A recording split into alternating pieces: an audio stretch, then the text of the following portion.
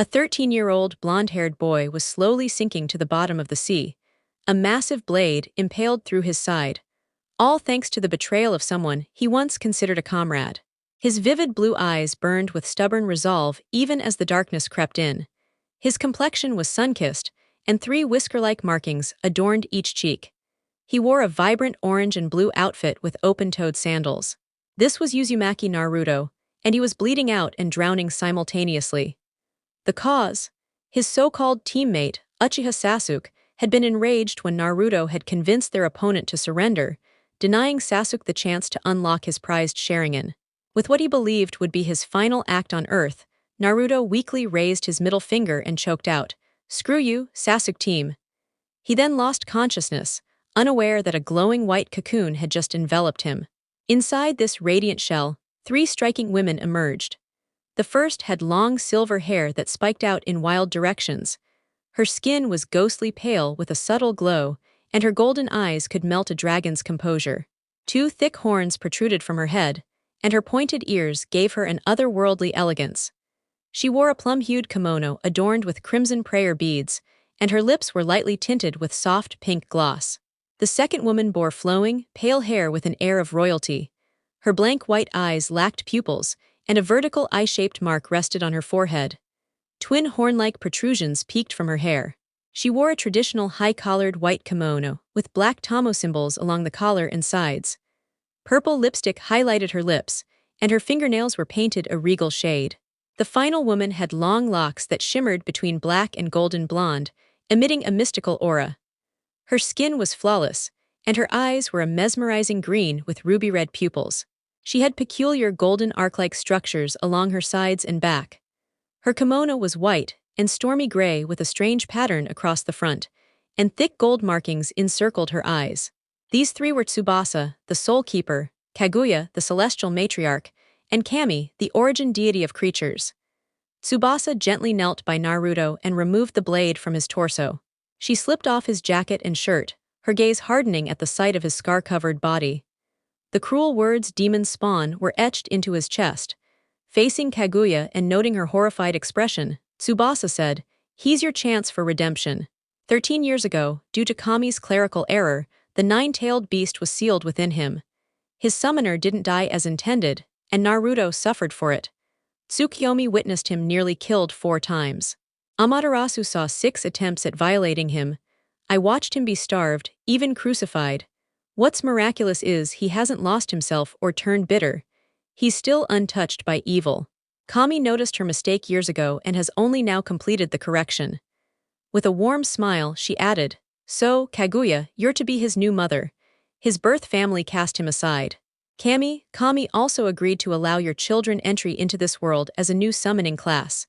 Naruto will bond with them, protect them like family. Could you gift him the power of a few of your strongest? Kami nodded cheerfully. Of course, after Kaguya becomes his mother. Tsubasa turned as Kaguya already knelt beside Naruto, gently caressing one of his whisker marks. He'll be my Sache-kun. So strong, so full of potential. She turned back to Tsubasa and asked, "Other than guiding us here, what else do you intend?" With a chuckle, Tsubasa replied, "I'm here to bestow the blessings of the Divine Eight. Tsukuyomi, Amaterasu, Susanoo, Izanami, Izanagi, Yami, Kami, and myself. These blessings will make him a deity in his own right. Also, I must ask him his wishes regarding the fox spirit." Kaguya nodded solemnly. "And how do I make him mine?" Tsubasa pulled out a gleaming silver syringe.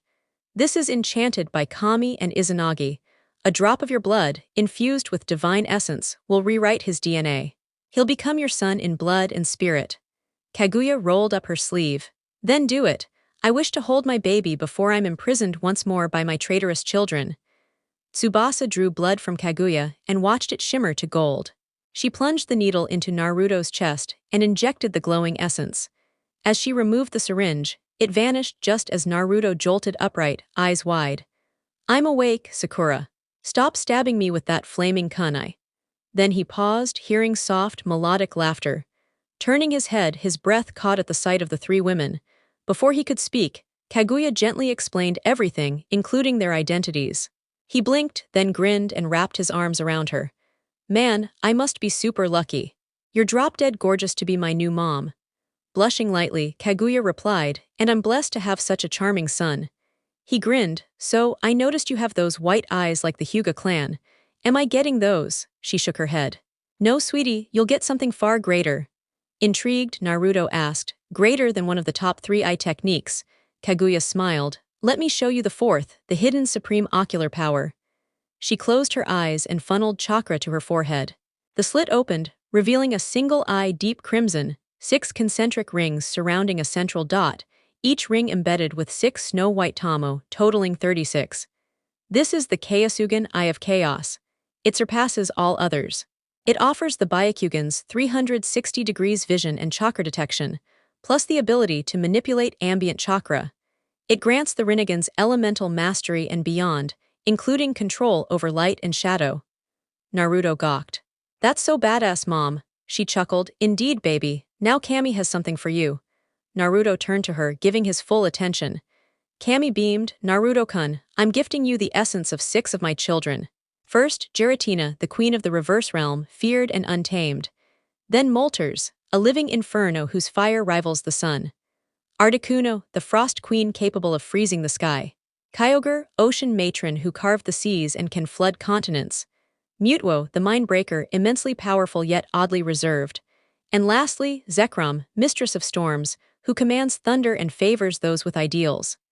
As she spoke, images of each being flashed in Naruto's mind. Giratina and Kyogre made him gulp, while Mutuo reminded him of a certain emo rival. Molters and Articuno resembled colossal birds to him. Kami smiled. You can summon all of them, Naruto. They're yours to protect and cherish. He beamed. I'll guard them like family, I never go back on my word. Kami giggled in delight. Tsubasa stepped forward once more. Now the final piece. OTSUTSUKI Naruto achieved what no mortal has ever done. You've received the blessings and respect of all 8 eternal deities. By unanimous decision, we welcome you as the 9th Eternal, a divine being of havoc, innovation, and annihilation. Naruto's jaw dropped upon hearing those words. Shaking himself out of his shock, he slowly got to his feet and offered a deep bow. It's a great honor, Shinigami-sama. I'll do everything in my power not to bring shame to the 8 everlasting divinities. Tsubasa giggled and replied, I believe you will. Now I've got a question for you. Naruto blinked and asked, What is it, Shinigami-sama? Tsubasa pouted slightly. First of all, drop the formalities, call me Tsubasa-chan or Tsubasa-hime or at least Tsubasa-ni. Now, what are your thoughts on the Kyuubi? Naruto tilted his head in confusion. Why does it matter what I think about Jinx-ni? Tsubasa smiled. Because now that you're one of us, an everlasting deity, she can't remain sealed inside you. Naruto frowned. Why not Tsubasa-ni? Smiling at the honorific, Tsubasa explained. Because she was never supposed to be inside you to begin with. Naruto pondered this for a moment, then perked up with an idea. Can we seal her into something else? Tsubasa raised an eyebrow. Like what? Naruto pointed at Zabuza's massive sword. That. Tsubasa picked up the weapon, gave it a few light tosses and nodded. Sure, as long as she behaves herself. Naruto grinned. Awesome, that way Jinx-ni can stay with me. Tsubasa giggled and waved her hand, summoning a crimson orb from Naruto that flew into the sword. The blade shimmered, morphing from a heavy cleaver into a sleek katana with a blood-red edge. Tsubasa's expression grew serious. All right, Naruto Atauro, it's time. Kaguya's headed back to the moon, Kami's returning to her realm, and I've got to face the hell that is paperwork. Kaguya pulled Naruto into a soft hug. Stop hiding who you are, sweetheart. Show your real strength and ask Yuzuki Yugo out already, you'll be surprised. Naruto nodded. Okay, Mom, I will. The 3 vanished in a shimmer. Naruto walked up to the katana, lifted it and said, You heard her, Jinx. It's time to shake the world. Closing his eyes, he took a deep breath and shed the illusion hiding his true self. The cold water struck his skin as he focused, trying to connect with Molters' power, but it was hard with the sea life surrounding him, including a rather hungry shark. Finally, he felt the roaring blaze within him ignite. Fire engulfed his body as the cry of a mighty bird echoed in his mind. He crouched low, chakra pooling in his legs. Launching upward, he burst out of the ocean and soared above the bridge. Flames cloaked him in the shape of a magnificent bird. Looking down, he could see Olive Wave and the lands beyond. His sharp gaze landed on Kakashi pummeling Sasuke, with Sakura attempting to intervene. Haku was being restrained by Tazuna, who was in turn being held by Zabuza. Only Sakura, the ever-useless fangirl, seemed unbothered by Sasuke's situation. Naruto grimaced. How did I ever have a crush on her? He turned his eyes to a sizable group approaching the bridge, led by a short man he recognized as Gato. Smirking at the fleet of ships, Naruto recalled the summoning signs. Drawing blood from his tooth, he performed the sequence, then slammed his palm against Jinx's blade. Summoning technique. Smoke burst, revealing towering, bipedal blue and red alligators and massive navy turtles with shell-mounted cannons. Tapping into Mutewo's power, he mentally commanded them to attack the fleet, identifying himself as their summoner. The gators dove in while the turtles marched to the bridge's edge and blasted powerful water jets. Dropping from above, Naruto landed beside Haku, deactivating Moltres' flames. Haku, Tazuna, and Zabuza stared wide-eyed. Naruto-kun? Haku asked. Naruto struck a classic thumbs-up pose. Yash. Back and better than ever. His face then turned serious. Oi, Kakashi-sensei, as much as I'd enjoy watching you wreck the team, we've got bigger fish to fry. Kakashi dropped the battered Uchiha and turned, his eye widening at Naruto's gaze. Naruto's Kyosugan was active. His irises were dark violet, ringed with 3 concentric circles and inner snow-white tamo. Catching his reflection in Kakashi's headband, Naruto muttered, I'll explain later, sensei. Lifting Jinx to his shoulder, he added, Let's clean this up. He turned to Zabuza. Let's see the demon of the mist in action. Then to Haku, you don't have to fight if you're not up for it. Grinning at Tazuna, Hey, old man, any sake left? Confused but compliant, Tazuna handed him a bottle. Naruto's grin widened. Toss it over, you're about to witness something insane. He uncorked it, took a huge swig, and activated both Moltres and Mutewo's energy. Speaking telepathically, white fire style. Fangs of the great flame hound. Flames erupted, shaping into 10 enormous white fire hounds that snarled and snapped. The largest charged ahead, the others following its lead into Gato's approaching army. Naruto raised Jinx. Time to go wild, shadow clone technique. With a pop, hundreds of flaming Naruto clones appeared, each wielding a burning Jinx. They charged. Zabuza drew a spare blade. I'm starting to like this kid. He joined the charge. Kakashi uncovered his Sharingan. Hokage-sama would kill me if I didn't help. And what kind of big bro lets his little bro fight an army alone? Haku donned her mask. I'll fight alongside my first friend for Wave's future. She sprinted ahead. Sakura remained useless, clinging to the unconscious Sasuke. Naruto cleaved through enemies, vaporizing one with a burning kick. He launched kunai, then shouted, wind-style, tornado-slicing blades. Massive blades of wind formed and spun into deadly twisters. A clone in the sky shouted, fire-style, dragon flame. Another, lightning-style. Thunder dragon. The lightning struck the wind, crackling. Fire joined in. Naruto shouted, combined style, storm of wrath. The elemental storm tore through Gato's forces. Naruto ducked under an attack, stabbing a thug in the throat, then tore out his spine. Channeling lightning through the grisly weapon, he used it to fry more enemies before hurling it like a spear. Behind Haku, Naruto's kunai separated 2 assailants from their upper halves. Eventually, only Gato remained, surrounded and pinned by clones. The villagers had gathered in a circle. Naruto addressed them. So, what should we do with this vermin? The answer. End him, Naruto nodded. As you wish. His clones forced Gato to the ground. Naruto climbed atop a turtle, raising his left hand. Gato, your crimes have been judged.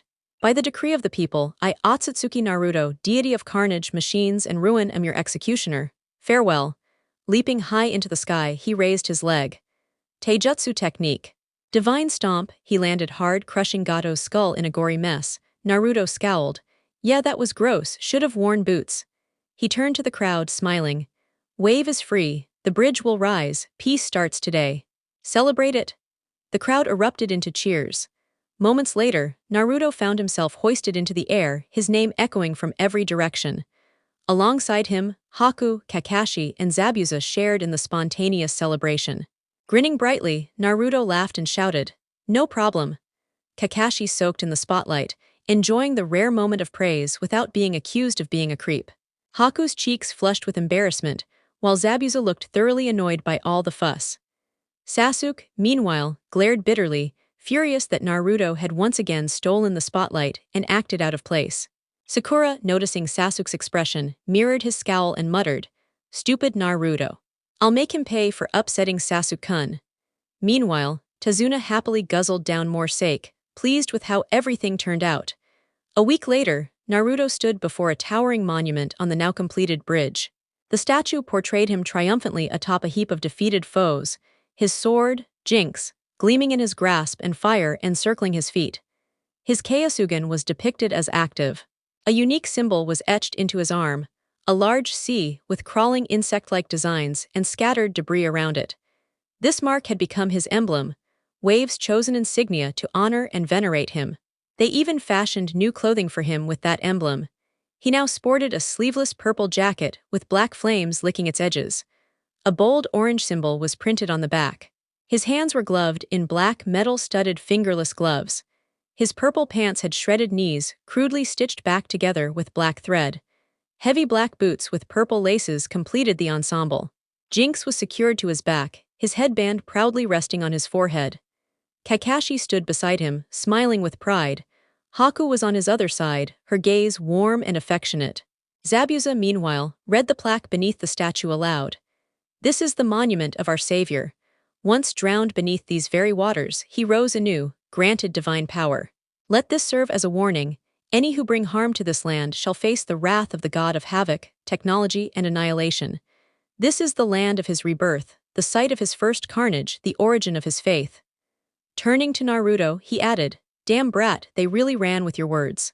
You realize they're going to treat you like a deity from now on," Naruto huffed. "Whatever, let's get back to Konoha before more fangirls show up." Kakashi chuckled. "You've officially been cursed with badassery, Naruto." Ignoring the comment, Naruto walked off the bridge, passing a bruised and limping Sasuke and a disoriented Sakura with her arm in a sling. Haku, following closely, shot them both a cold glare, recalling how they'd tried to steal Naruto's power and kill him when he refused. She giggled, remembering how Naruto stomped Sasuke into the dirt and shattered Sakura's arm in several spots, then literally knocked her out with a punch that broke her jaw. 6 days of blissful silence had followed. Kakashi, trailing behind, opened his book again, mentally bracing for the scolding he'd face when they returned to Konoha. Zabuza, flipping through his own copy of the book, pondered how Naruto planned to get him into the village. Haku wouldn't be a problem, but he was a wanted man. Meanwhile, Naruto was deep in thought, wondering how to unlock more of his eye techniques. He couldn't access the Sharingan traits or most Rinnegan abilities, just basic elemental control. The Byakugan aspect worked fully. Jinx, equally puzzled, was encouraging him to improve his swordsmanship, eager to be wielded more than just carried. As they approached the Hokage Tower, Naruto snapped out of his thoughts and smirked.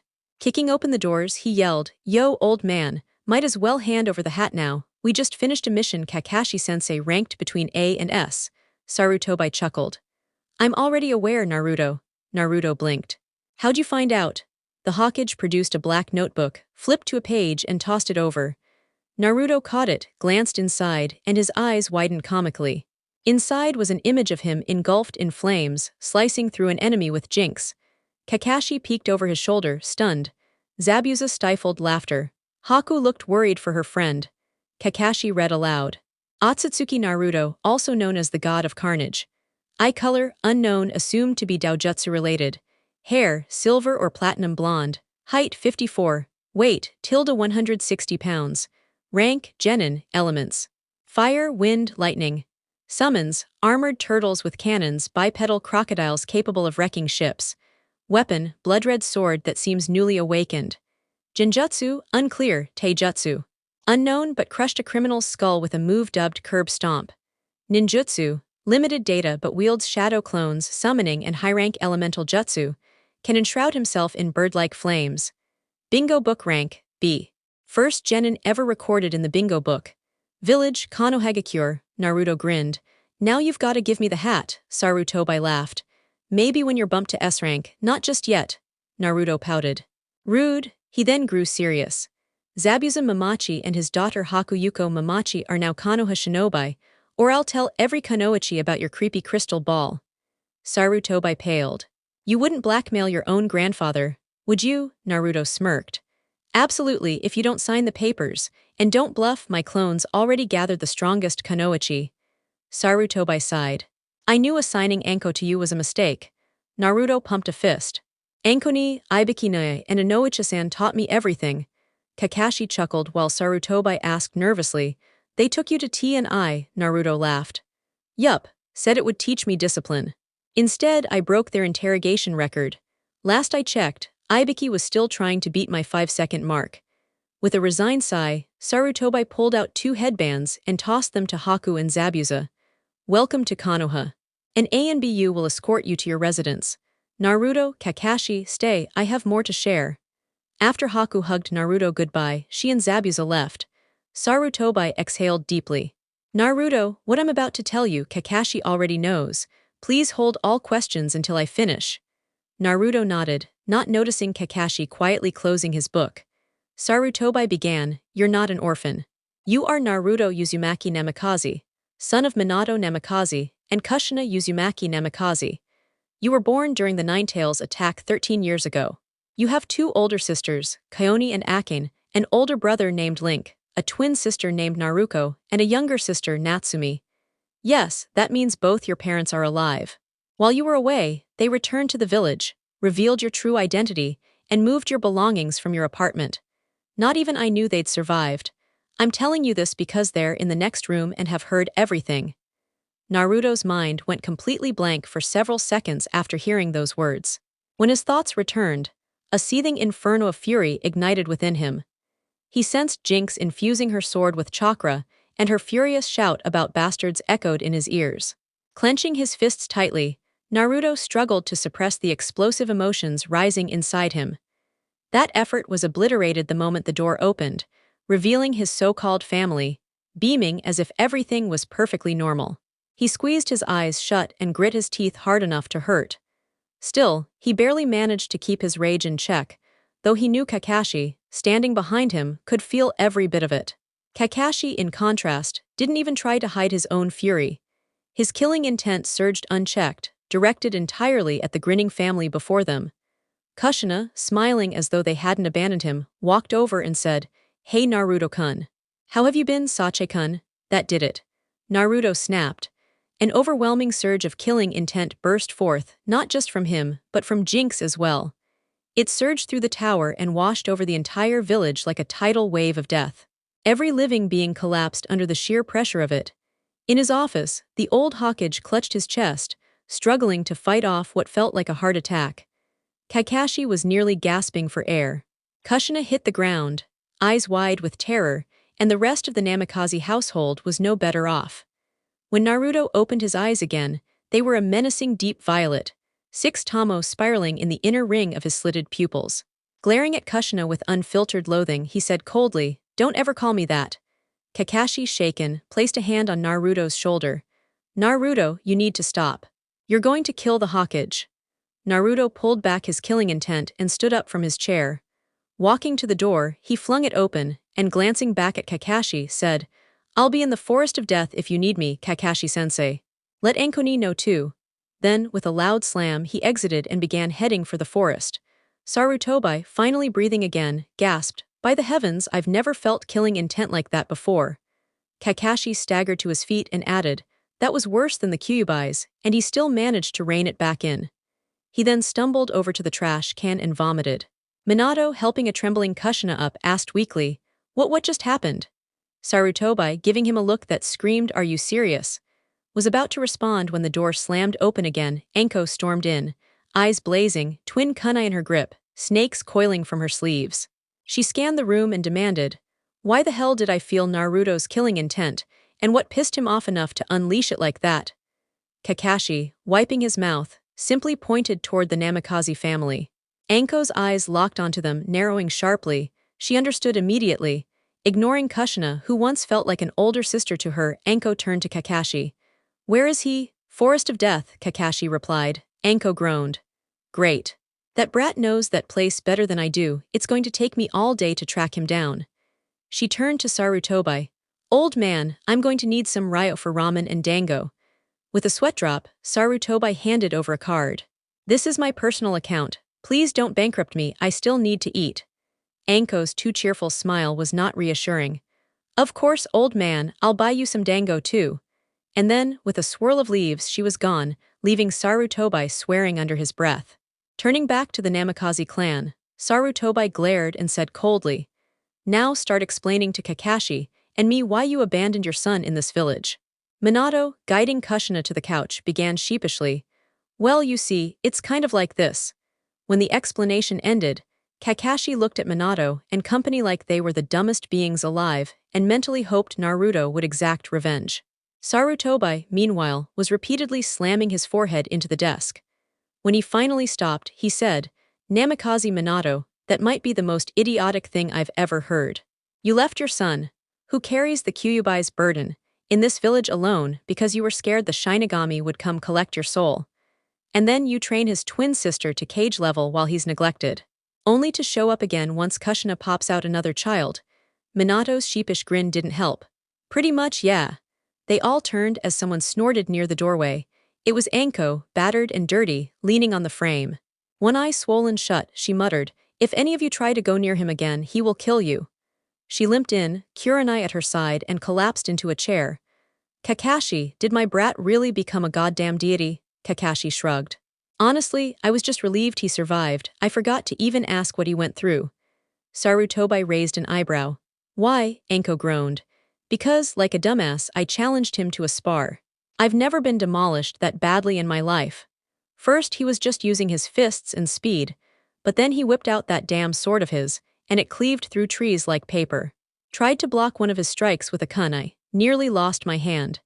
Then came jutsu after jutsu, massive waves, searing fire, lightning that fried me from the inside out, ice that nearly froze me solid." She cracked her shoulder with a wince. "The most terrifying part, he kept blinking out and reappearing, right in front or behind me, like he wasn't even using chakra to move." She paused, face heating. "And then he made me see things. Things like me begging and..." Kurenai slapped a hand over Anko's mouth. Children present Anko, eyes glinting mischievously, licked her hand. Kurenai recoiled. Anko looked at Kakashi. "Thank Kami he doesn't have full mastery over that eye of his. Otherwise, I'd be in a coma right now instead of him napping in the T&I building." Sarutobi quirked an eyebrow. "You beat him?" Anko snorted. "Hell no. He trashed me, scolded me, then nodded off mid-fight." Kakashi chuckled.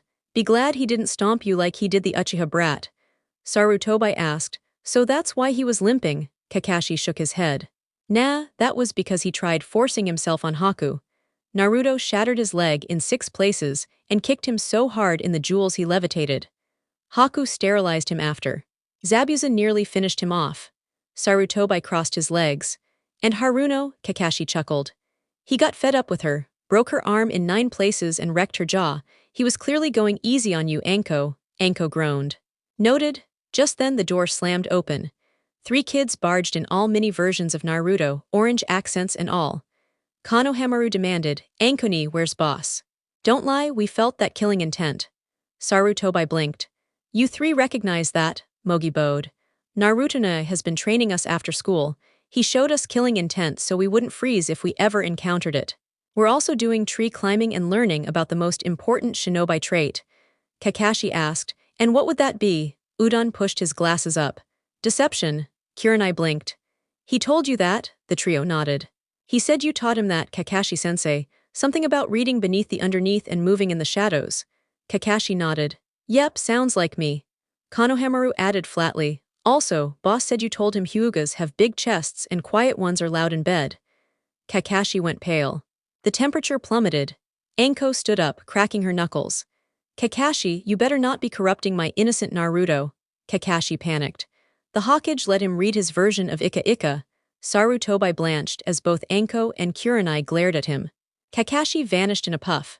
Sarutobi groaned when Konohamaru added, "If that's the orange book the old man reads, then yeah, he let me read it too." Mogi chirped, "Come on, let's find Big Bro." Udon, wisely sensing doom, said, "Yes, before someone gets hurt." The trio departed, leaving Sarutobi staring pleadingly at the group of women now circling him. Kushina, Kayoni, Akin, Anko, Kurenai, and a certain purple-haired ANBU. Minato, Link, Kakashi, Naruko, and a curious Natsumi all wisely fled the scene. Later that afternoon, Naruto could be seen perched on his usual stool at his favorite food stall in the village. Jinx clung lazily to his back as he absent-mindedly stirred his ramen, his focus lost in thought, and not on his surroundings. His mind churned with everything he had recently discovered. Despite the weight of it all, a small part of him was glad the Kyosugan had further awakened. He could now anticipate movements like the Sharingan and had gained access to the animal path of the Rinnegan. Letting out a quiet sigh, he slurped up a few noodles just as someone took the seat beside him. His gaze shifted to the left, and a small grin formed when he saw Kakashi. Kakashi ordered his usual bowl and said, "All right, Naruto, I think it's time you gave me that explanation I never got." Naruto smirked. "Not until everyone else shows up." Kakashi quirked an eyebrow but turned when moments later, a flood of familiar faces began arriving. Anko, Ibiki, Inachi, Ino, Zabuza, Haku, Konohamaru, Mogi, Udon, Kurenai, Hinata, Gai, Rock Lee, Neji, Kiba, Shino, Uruka, Shikamaru, Chaoji, Tenten, Asuma, Yugo, Heiate, and surprisingly, a completely fine third Hokage. Once the crowd had gathered, Naruto said, "I am Chan, close the stand. You'll want to hear this too." Iam gave a quick nod and shut the place down with her father, Tyuchi. As everyone got settled, Naruto crossed his arms and declared, "Everything I'm about to say is completely true. Don't interrupt until I'm done, then I'll answer all the questions you've got." So Kakashi, Zabuza, and Haku probably already know, but during Team 7's mission, I technically drowned thanks to Uchiha Sasuke. While unconscious, I was approached by 3 divine women. The first was Tsubasa, goddess of death. Then came the originator of chakra herself, OTSUTSUKI Kaguya. And lastly, Kami, the deity of my summons, the creatures known as Pokemon. Tsubasa revived me using a syringe filled with Kaguya's blood. Through divine intervention, all human DNA was purged from my body and replaced with hers, making me an Otsutsuki. Kami also gifted me powers from some of her most powerful offspring.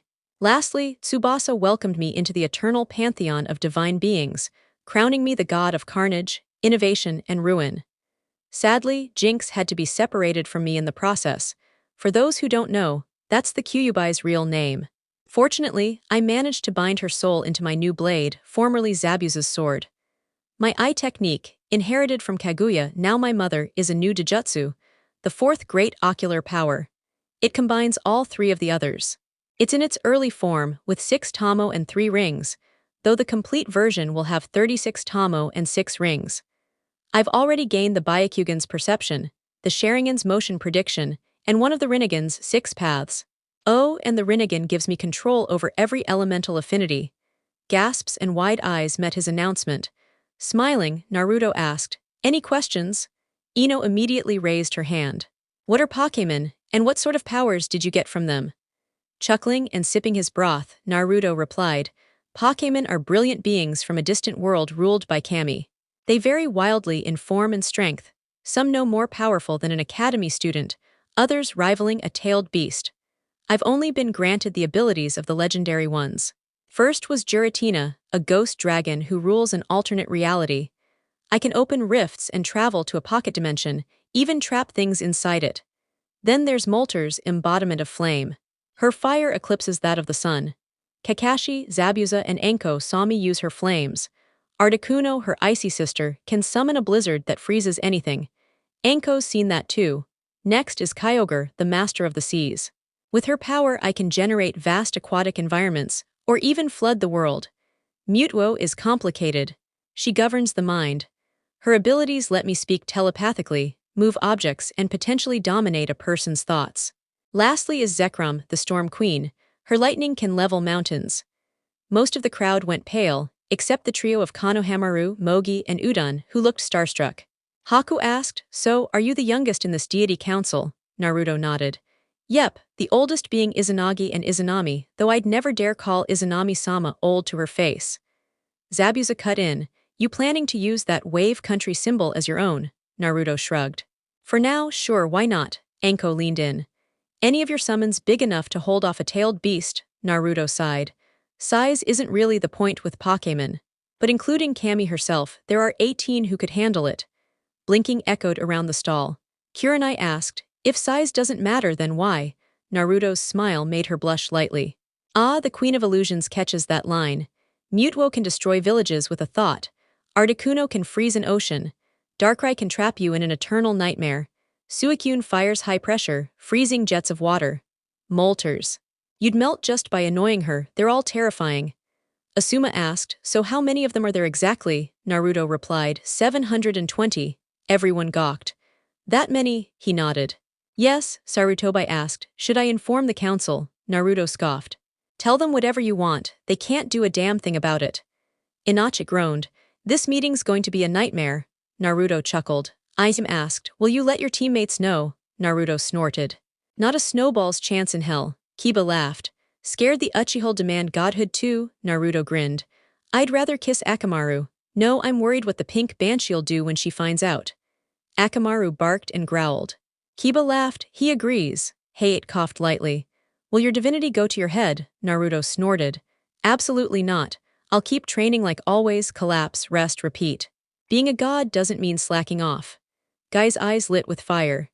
Yash, Naruto-kun's youth burns ever brighter. I must do 1,000 handstand laps around the village to match him. Lee shot up. Naruto-kun, you are now my eternal rival. Naruto mid-bite blinked. Sorry, did you say something? Lee and Guy erupted. Curse your cool demeanor, eternal rival. Naruto turned to the group. What just happened? Kakashi patted his back. Welcome to being awesome. Now the weirdos will always challenge you. Yugo asked, need help with sword training? Naruto rolled his eyes. Was gonna ask you, Hayate or Mr. Eyebrows anyway. Jinx knee won't stop nagging me. Shikamaru smiled. Welcome to my world. Naruto snorted. Nah, Shika, women aren't troublesome, big sisters are, I've got 8. 6 are gods, 1's a demon, the last is Anko. Anko shouted, hey, Naruto waved her off. Come on, out of all of them, you're the most stable and even that's questionable. Anko pouted while the others chuckled. Konohamaru asked, boss, will you teach us some crazy jutsu? Naruto said, depends. Can you stay out of trouble, pay attention to Uruka-sensei and climb trees with chakra? Uruka blinked. Wait, you taught them that? Naruto nodded. Yep, they wouldn't stop bugging me otherwise. Uruka sighed. Well, they can do it. Shino adjusted his glasses. Are there any insect-type Pokémon? Naruto grinned. Shino, my friend, there's an entire classification of them. There's even a legendary bug. Shino smiled. Kakashi asked, still planning to put Sasuke and Sakura in their place. Naruto, finishing his ramen, said, is the old man a perv?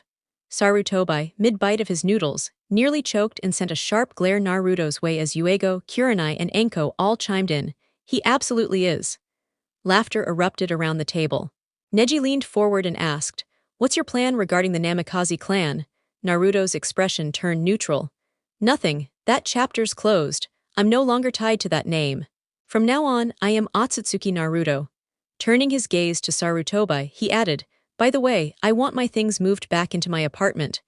Sarutobi gave a curt nod. I'll assign a genin team to handle it. Naruto scoffed. Fine, just make sure Team 7 isn't involved, or a certain piece of intel might accidentally find its way to a few prominent kunoichi. Sarutobi paled slightly. That team wasn't even in my thoughts. Team 10 will take care of it first thing in the morning. Naruto gave a small nod. Good. Until then, I'll rest at the tower or maybe crash in one of the interrogation rooms. Ibiki, overhearing this, chuckled. Speaking of which, I finally beat your record, brat. Raising an eyebrow, Naruto asked, oh yeah, by how much? Anko smirked. Just a second. Naruto burst out laughing while Ibiki sulked with a dark cloud seemingly hovering over him. Standing up, Naruto stifled a yawn with one hand and shook his head. All right, it's late. Catch you all later. With that, he exited the ramen shop. The others finished up, paid their bills, and went their separate ways, some with thoughts on the blonde, others pondering how things might shift from here. The following morning, Naruto was already en route to Training Ground 7, intent on getting in some solo training. He was up at the crack of dawn, the sun barely lighting the horizon. Reaching the field, he shed his jacket and shirt, draping them over a post. Cracking his knuckles, he muttered, push-ups, sit-ups, then sprints. I'll mix in hand-seal drills during it all. Gotta cut the time down to a single sign so the team won't mimic my techniques once he activates that eye. He dropped to the ground and began training. 2 hours passed quickly, and the clock hit 6 a.m. Rising to his feet, he said, Lee, you can stop hiding now. Let's spar until your team needs you. Lee revealed himself with a grin. Yash, I accept Naruto-kun, I shall go all out. Naruto rolled his eyes. Yeah. Let's get to it. In a blur, the two vanished, and a ferocious clash erupted across the training ground. An hour later, Sakura arrived, looking refreshed. She blinked wide-eyed at the destruction around her and the figures clashing in the center crater. In her twisted fantasy, she assumed Sasuke had finally humbled Naruto and dashed toward the pit, only to freeze. Naruto stood tall, sweat rolling down his form, Keisugan ablaze and fixed on Lee, who mirrored his state and swung a fist. Naruto, breathing hard, muttered, "You're pushing me, Lee." Lee grinned. As expected, Naruto-kun. The power of our rivalry is truly burning. Their chakra erupted, Naruto's a deep crimson, almost blood-like, while Lee's flared blue. Sakura was sent flying by the pressure. Sasuke arrived moments later, scowling as he took in the scene, disbelief etched on his face. Kakashi soon materialized, surprised to find Naruto and Lee sparring intensely. Moments later, Guy and his squad joined the scene. Guy's eyes sparkled. "Marvelous, their youthful spirits are ablaze. Look at the fire in Naruto-kun's gaze," Neji groaned. "Please stop, Guy-sensei." Tenten said nothing, too busy admiring Naruto's defined upper body. Kakashi, knowing things were getting out of hand, called out, "Yo Naruto, your fan club's closing in." Naruto instantly disengaged from Lee, teleporting beside Kakashi.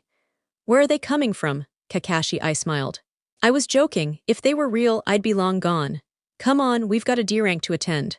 Naruto sighed and walked alongside him. "All right, just don't make us chase that damn cat again." Kakashi flipped a page in his book. "We're not." They exited the field with Naruto beside him, trailed by a brooding Sasuke and a huffing Sakura. 4 days later, Naruto was playing tag with Konohamaru, Mogi, and Udon to train their agility. Sakura had made a snide comment earlier, which Naruto ignored entirely in true Kakashi fashion, frustrating her to no end. The kids turned a corner when the sound of impact rang out. That hurt," Konohamaru groaned. Naruto caught up and saw some Suna kid in a hood with cat ears gripping Konohamaru's scarf. His face was marked with purple streaks resembling makeup. Behind him stood a bored-looking blonde girl with a massive fan on her back. The hooded boy growled, "Watch where you're going, brat." The girl muttered, "Kankuro, drop it, we don't have time." Kankuro sneered, "Relax, Temari, just teaching him a lesson," she sighed. "Just don't drag me into it." As Kankuro raised a fist, a cold blade pressed against his neck. "Let him go before I paint the pavement with your blood, San Nin," growled Naruto. Startled, Kankuro dropped Konohamaru. The boy stuck his tongue out. "Boss told you." Boiling, Kankuro turned only for Temari to hiss, "You idiot, I told you not to do anything dumb. Now the god of Carnage has a blade to both our necks." Kankuro paled as he met Naruto's glowing Keisugan. Naruto sheathed his sword. "Listen to your big sis, catboy, or next time I won't miss." Turning toward a tree, he said, "Ikebai's host, I know you're up there. Come down before I teach you why Tanuki shouldn't provoke dragons." Both Sand siblings froze as Gaara descended and bowed deeply. "Forgive me, my lord. No offense was intended. My foolish teammate also begs your forgiveness." Naruto sighed. "Whatever." Facing Konohamaru, he added, "Since you weren't aware of your surroundings, all 3 of you now owe Anko a game of dodgeball after Uruka lectures you on awareness." Groaning, the kids trudged to the academy. Naruto turned to the Suna trio. "See you at the Chunin exams, Temari of the desert, Kankuro of the puppets, Gaara of the sand." He walked away, missing Kankuro's shocked look, Gaara's smile, and Temari's faint blush. At the bridge, Naruto wasn't surprised to find Sakura pestering Sasuke while the Uchiha glared at the world. He sat on the rail and started polishing his sword, Jinx, ignoring Sakura's screeching. She never stopped whining. He honestly wanted to knock her out, but Kakashi had made him promise not to, unless she really did something idiotic. Sasuke, however, was fair game. Naruto had already beaten him 6 times, 5 while half asleep. Feeling Kakashi's presence, Naruto rose and slung Jinx over his shoulder. Kakashi appeared in a swirl of leaves, glanced up from his book and smiled at the 3. He handed them papers. "You're entered in the Chunin exams. Meet at room 301 if you want to participate. If not, I'm still proud of you." He vanished. Naruto snorted. "Guess I'll spend some time with Uego or maybe Kurenai." He disappeared in a swirl of snow and appeared at training ground 8. He saw Kiba, Shino, and Hinata walking off, but no sign of their teacher. Closing his eyes, Naruto reached out with his mind and located Kurenai, who was mentally suppressing a wave of emotion. Teleporting beside her, he sat and asked, "Something on your mind, Kurenai-sensei?" She quickly wiped her face. "It's nothing." Naruto frowned and gently held her hand. "You know I hate when you lie to me," she sighed. I was going to confess to Asuma but found him lip-locked with Haruno Mibiki. Naruto's expression darkened. It hurt, didn't it? Turning away, she whispered, "It feels like my heart's shattering." Naruto sighed. "You can cry on my shoulder if you need to." She shook her head. "No, I have to stay strong." Naruto rolled his eyes. "That's crap. Holding in pain just makes it worse. That's why Ankuni and I spar so often to vent before it explodes." Kurenai chuckled and said, "So that's why she's been walking around covered in bruises lately." Naruto smirked and replied, "She's not the only one who's been banged up." Lifting his shirt, he showed his toned upper body. A big purplish bruise marked the center of his chest, along with a smaller one near his right side. Kurenai gasped and asked, "How many of those do you have?" Naruto laughed and said, "Just these two. I've been experimenting with my healing abilities.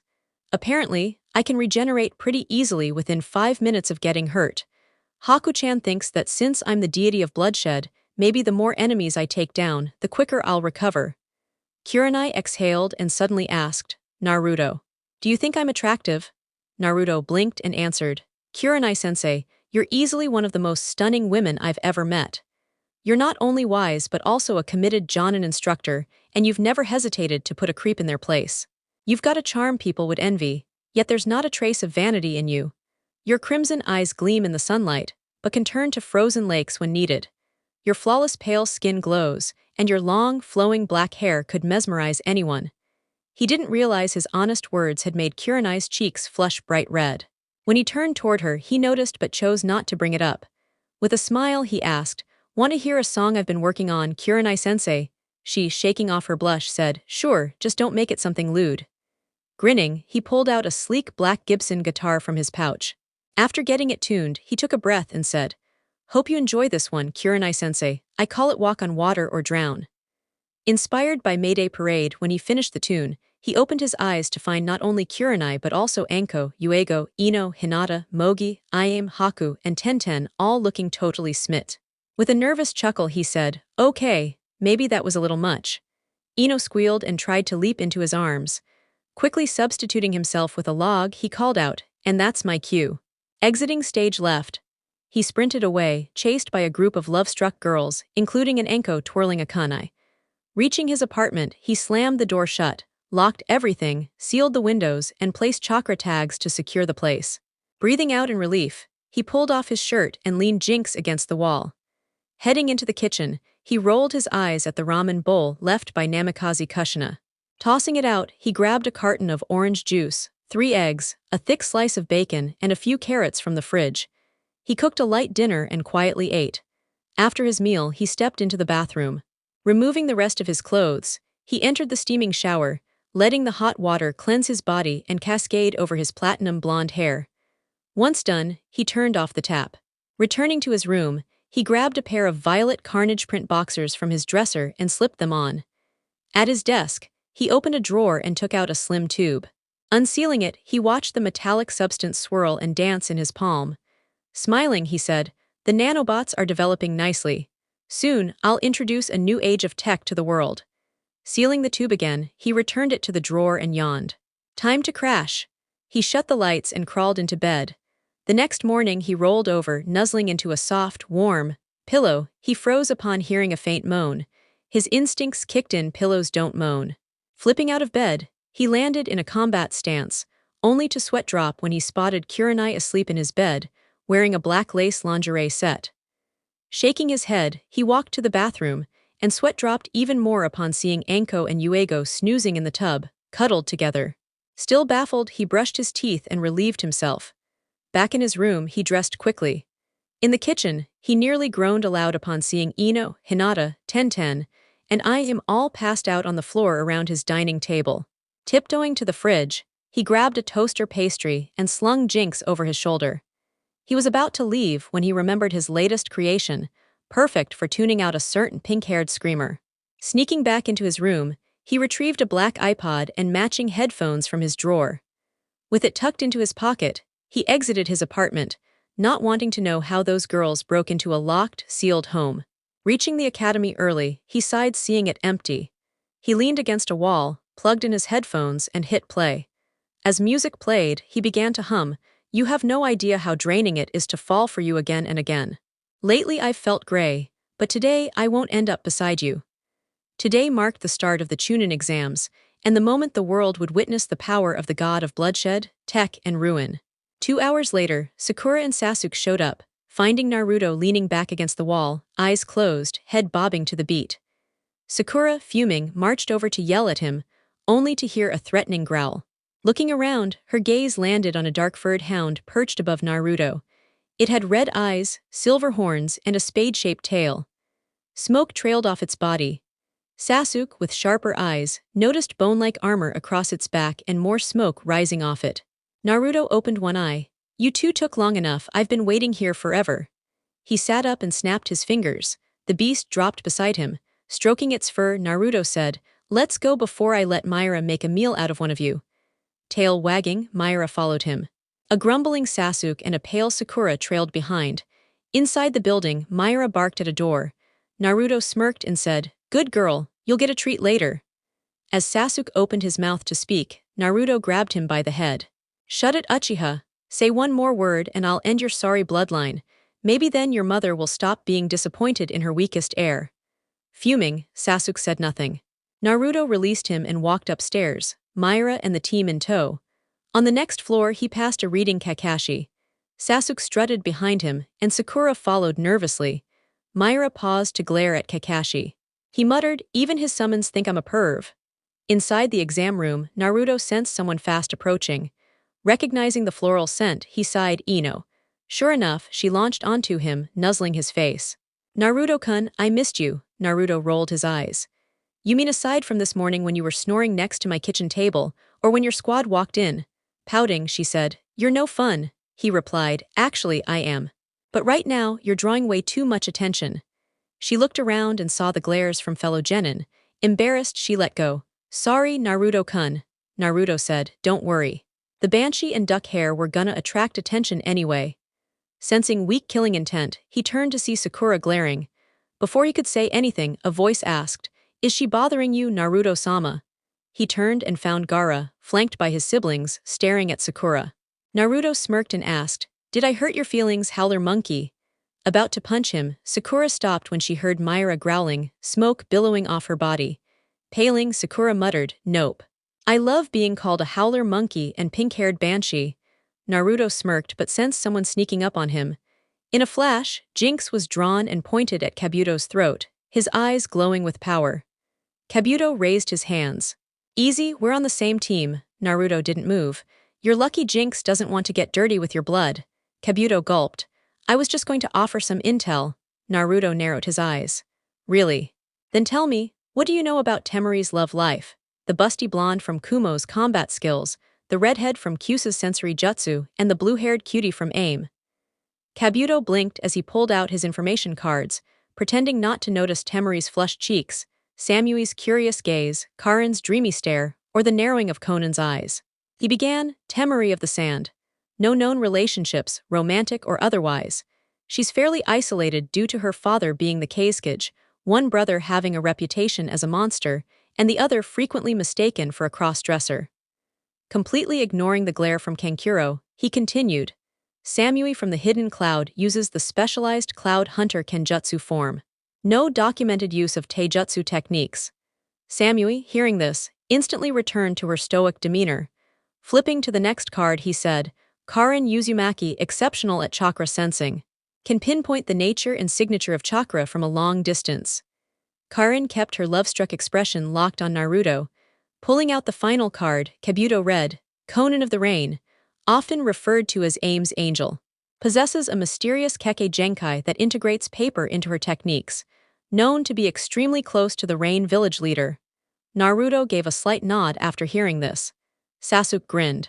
"Tell us about OTSUTSUKI, Naruto." Kabuto smirked, pulled out another card, and channeled chakra into it. The moment he read the content, his expression drained of color, hands beginning to shake. Looking up at Naruto with visible fear, he read, "OTSUTSUKI Naruto, also dubbed the God of Carnage. Registered in the bingo book as a B-rank threat. Possesses multiple rare bloodlines. Wields a blade rumored to contain the spirit of the Kyuubi itself. Has summons capable of destroying naval fleets. Reportedly perished during a C-rank mission that escalated to S-rank. only to reappear from the ocean, wrapped in a blazing aura reminiscent of a phoenix reborn. Naruto calmly stroked Myra, unfazed by the many stares, until Conan's intense gaze pierced through him. He winked, amused as a light blush formed on Conan's otherwise stoic face. Sasuke, just about to speak in protest, was cut off by a loud poof of smoke. As it cleared, there stood Zabuza Mamachi, an orange book in one hand and a massive blade strapped to his back. In a bored tone, he said, "All right, brats, take your seats. Time for the written part of the exams." Everyone rushed to sit down, while Naruto, now stuck in the middle seat, sighed inwardly. To his left sat Samui. To the right, Conan. Myra lay at the front, eyes scanning for danger. Zabuza laid out the rules and then started the exam. Naruto glanced at his test sheet and didn't recognize a single answer. Realizing it was a test of intel gathering, he tapped into Muto's abilities and linked to Shikamaru's mind, steering well clear of Sakura's. With the answers complete, he flipped over the paper and idly decided to eavesdrop on thoughts around him. First, Conan. The Jinchuriki is listed as a B-rank threat. Unknown bloodlines. His summon is formidable. Nagato will likely dispatch Kasame and Itachi to evaluate or capture him. Strange how no one notices Itachi's efforts to protect the boy. But he is quite cute. Naruto stored the intel and turned to Samui. So this is the one Raikage-sama wants me to charm. Hopefully he won't resist. At least he's attractive and powerful. We'll target his squad during the second exam. He logged that too. Inside Karin's head, he found her fantasizing about how dark his chakra was and how she wanted to ride his dragon. Naruto winced. Temari's thoughts were more modest. The god of Carnage asked about my dating life. Is he interested? But why would he like someone like me? I'm too rough. Even Lady Chiyo says I'm not girlfriend material. Naruto mentally debated whether to punch Kankuro or demolish this Chiyo person. He decided to scan one more Zabuza. Haku's aiming for Naruto. Poor kid surrounded by dangerous women with big feelings. Kinda feel sorry for him. Naruto sweat-dropped and began polishing his sword, Jinx, instead of digging deeper into anyone else's brain. As he shined the blade, Jinx let out deep, satisfied purrs. 45 minutes later, Zabuza called out, "Time's up, pencils down." Then came the twist. Question 10 is optional. Fail it and you'll never be allowed to advance in rank again. Choose wisely. Naruto ignored the varying reactions, but his eyes caught Sakura's, teary and raising her hand. Rolling his eyes, he called out, "Oi, eyebrows. Stop scaring the weaklings. You and I both know all you can do is fail us here. Just give us the damn question before Myra torches your little smut book." Zabuza gulped and relented. "Fine, anyone who stayed passed. The test was about intel collection. Cheating was part of it. You're dismissed. Now tell your mutt to calm down." Myra, who had begun heating up, relaxed as Naruto commanded her. Just then, Naruto sensed a very familiar chakra rapidly approaching. Groaning, he muttered, "Kamini-san, I don't even know what I did, but I apologize in advance." Zabuza also sensed the presence. This might be bad. A black ball crashed through the window. It unfurled to reveal Anko striking a pose, wearing one of Naruto's shirts. Face-palming, Naruto muttered, "This is why people think you're crazy, Anko." She blinked, spotted him, then turned to Zabuza. "I knew letting you handle this was a mistake. You passed 87 genin, 29 full teams." Zabuza growled, "Blame your darling little brother." Naruto shrugged. "The banshee was falling for his crap, so I had to shut it down." Anko snorted. "No worries, the next round will slice the numbers in half. Let's head to the Forest of Death." She exited via another window. Naruto sighed. "Big sisters, Myra, let's go." He leapt through the original broken window, Myra close behind. The rest of the genin followed, leaving Zabuza sweating. At the gates, Naruto rolled his eyes watching Anko devour dango sticks by the dozen. He sat next to Myra and petted her, earning a happy pant and tail wag. An hour later, the rest arrived. Anko explained the survival test. Sasuke made a cocky comment, but shut up instantly when Anko sliced his cheek with a kunai. She licked the blood, then gagged. "Ugh, disgusting, I've had better tomato sandwiches." Sasuke scowled. Sakura fumed. Naruto looked blank, but inside he was howling with laughter. Myra, on the other hand, was audibly snickering. Team 7 collected their scrolls. Naruto sealed one in his hand and handed a replica to Sasuke, not trusting him with the real one. He'd also stolen 2 others, one matching theirs, the other the opposite scroll. He had Myra swallow, both for safekeeping. At the signal, Naruto shot into the forest, Myra and teammates trailing. Forming a quick sign, he whispered, "Shadow Clone Jutsu." 10 silent clones appeared and transformed into exact duplicates of Team 7, including Myra. The clones scattered in different directions, vanishing into the dense foliage. Naruto then said, "All right, Prince Broody, Banshee Girl, here's the deal. We move toward the tower, eliminating any obstacles on the way. I'll lead since I know this forest better than anyone. Sakura, you'll stay right behind me. You're the least durable of the group, but your brain's almost up there with Shikamaru's. Broody, you're behind her. Even without your Kekkei Genkai active, your eyes are sharp from all the training. Myra, you'll bring up the rear, second strongest here and the best nose for tracking threats from behind. We also have a contingency phrase in case we get separated. You told me to think it through, so I did. Now I'm done feeling. I'm done begging for what I deserve. No more sleeping on the floor. Someday we'll live like kings. One night without shadows whispering through walls, and if the monster shakes the ground, we start a rebellion." He turned slightly and asked, "Understood." Sakura noticed his glowing eyes and nodded. Sasuke gave a reluctant nod as well, frowning. Naruto turned back. "Excellent."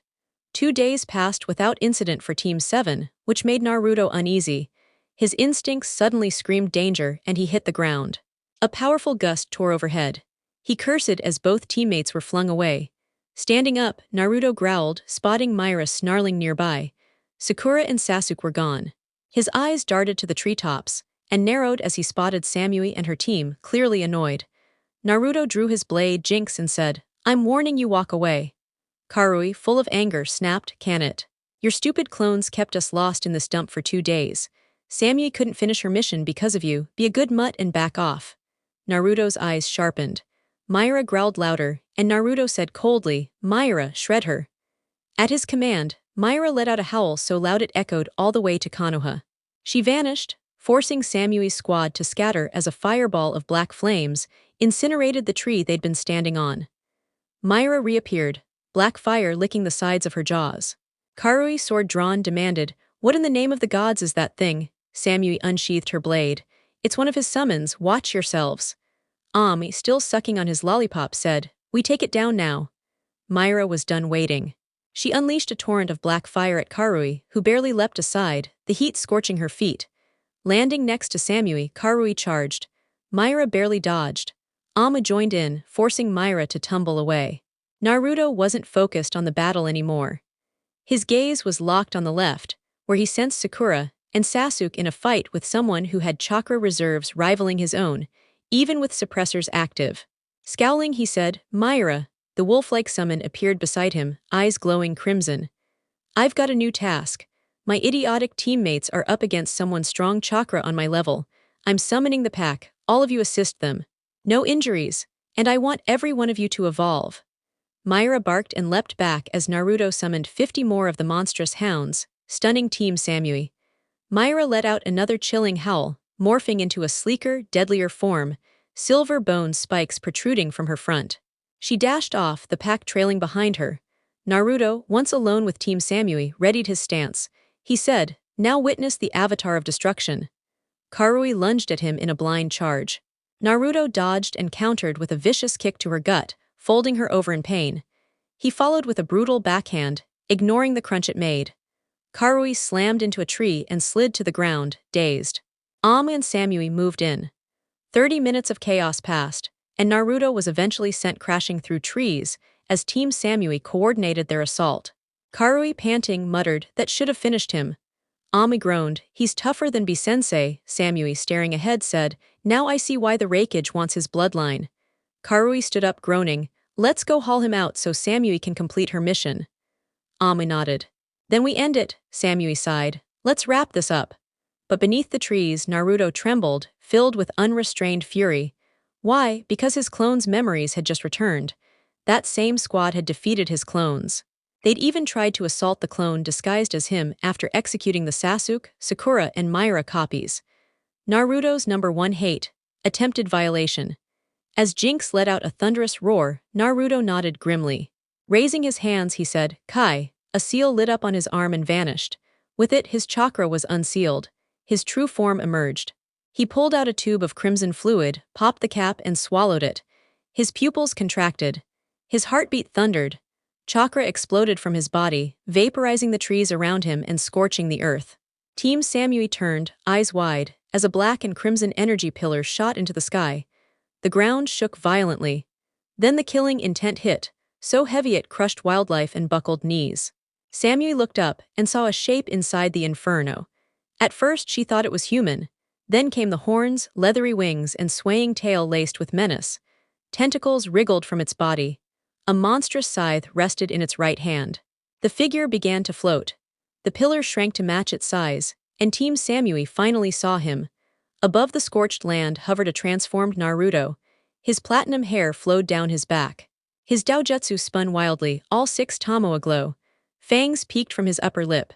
Silver horns curled from his head. His ears were elongated and darkened. Blood-red goo clung to his eyes and mouth. His outfit had become the same molten material, a bold C emblazoned on his chest. His right arm bulged with muscle, claws extended. He gripped a black scythe made from what looked like a twisted spine. From his back, massive wings spread wide. His feet ended in claws, and a segmented blade tail flicked behind him, spiked and oozing red. Samui gulped. His burning gaze pinned them down. Naruto spoke, voice low and full of wrath. "Foolish mortals. You've angered the deity of destruction, innovation, and wrath. Beg your gods for mercy. You'll get none from me, not after your mission was that." With a roar so soul-shaking it could inspire prayer and madness alike, he let loose. Karui could only think, goddess above, is he really a god of destruction? If so, the Reikage will need divine protection. Ami muttered internally, so long, sweet world. Reikage-sama just signed our death warrant. Samui's thoughts raced. I'll die here because of blind orders, and I won't even get a first date. Naruto growled, meet your end, Tsubasa will be pleased. He lunged at them. An hour later, Samui ducked under a savage swipe of Naruto's tail. She was exhausted. Karui lay nearby, bleeding from a deep gut wound. Ami's arm was mangled beyond healing. Samui was bleeding, bruised, and barely standing. They had given it everything, and Naruto had barely tried. He was overwhelming with minimal effort. Samui jumped away from a wave of white-hot fire. She rushed in, only for Naruto to catch her blade with one clawed hand. He turned his eyes to her. Samui struggled in his grip, the nightmare far from over. Too bad for her, Naruto wasn't in the mood to play nice. Reaching out with his left hand, he halted her movement instantly. His gaze locked with hers, and his mind-based abilities activated. He invaded her consciousness and began to dismantle it piece by piece. Her ideals, memories, and sense of reality, he shattered them all. Samui's eyes began to lose focus, clouding with confusion. Sensing another threat to his allies, Naruto snarled and flung her aside. With a roar, he launched into the air, leaving behind 3 battered cloud ninja. Samui, dazed, slowly stood and stumbled over to Karui. Grabbing their medical supplies, she bandaged Karui's midsection to stop the bleeding. Doing the same for Ami's injured arm, she formed 2 lightning clones and lifted her teammates. She ran toward the tower, aware that her squad needed medical attention, and she herself needed time to rebuild her fractured mental defenses. What she didn't know was that Naruto had watched her go, an amused smirk on his face. The figure then popped out of existence with a puff, revealing itself as a shadow clone. The real Naruto arrived near his squad just as Konan launched another assault. Dropping down from the skies, he landed between Myra and her pack. Her pack, bloodied and struggling, barely held on after Konan's earlier attacks. Turning to Myra and ignoring Konan's presence, Naruto said, Mira-chan, you and the others rest. Let my energy soothe you. I'll take care of the so-called Angel of Rain. Konan narrowed her eyes and responded, Cue by host, surrender, let us extract the beast for true peace. Naruto scoffed. Or you could crawl back to your puppet master before I break your body, grind your bones, and send your remains back to Rain in a lunchbox. Your decision. Konan's eyes narrowed as she hurled paper projectiles at him. They incinerated midair before reaching him. Naruto shook his head. Wrong answer. He disappeared in a blur, and a second later, Konan was clutching her gut in agony. She flew backward from a kick to her solar plexus. Crashing through the trees, she barely got up before a punch rattled her jaw. She was kneed, then slapped across the forest again. A scream escaped her as one of her arms fractured in multiple places. Then she felt a hand grip the back of her skull. Her face slammed into the ground with such force it shook the area. Lifting her up again, Naruto flung her through more trees. Konan stood, barely bones cracked, internal injuries piling up.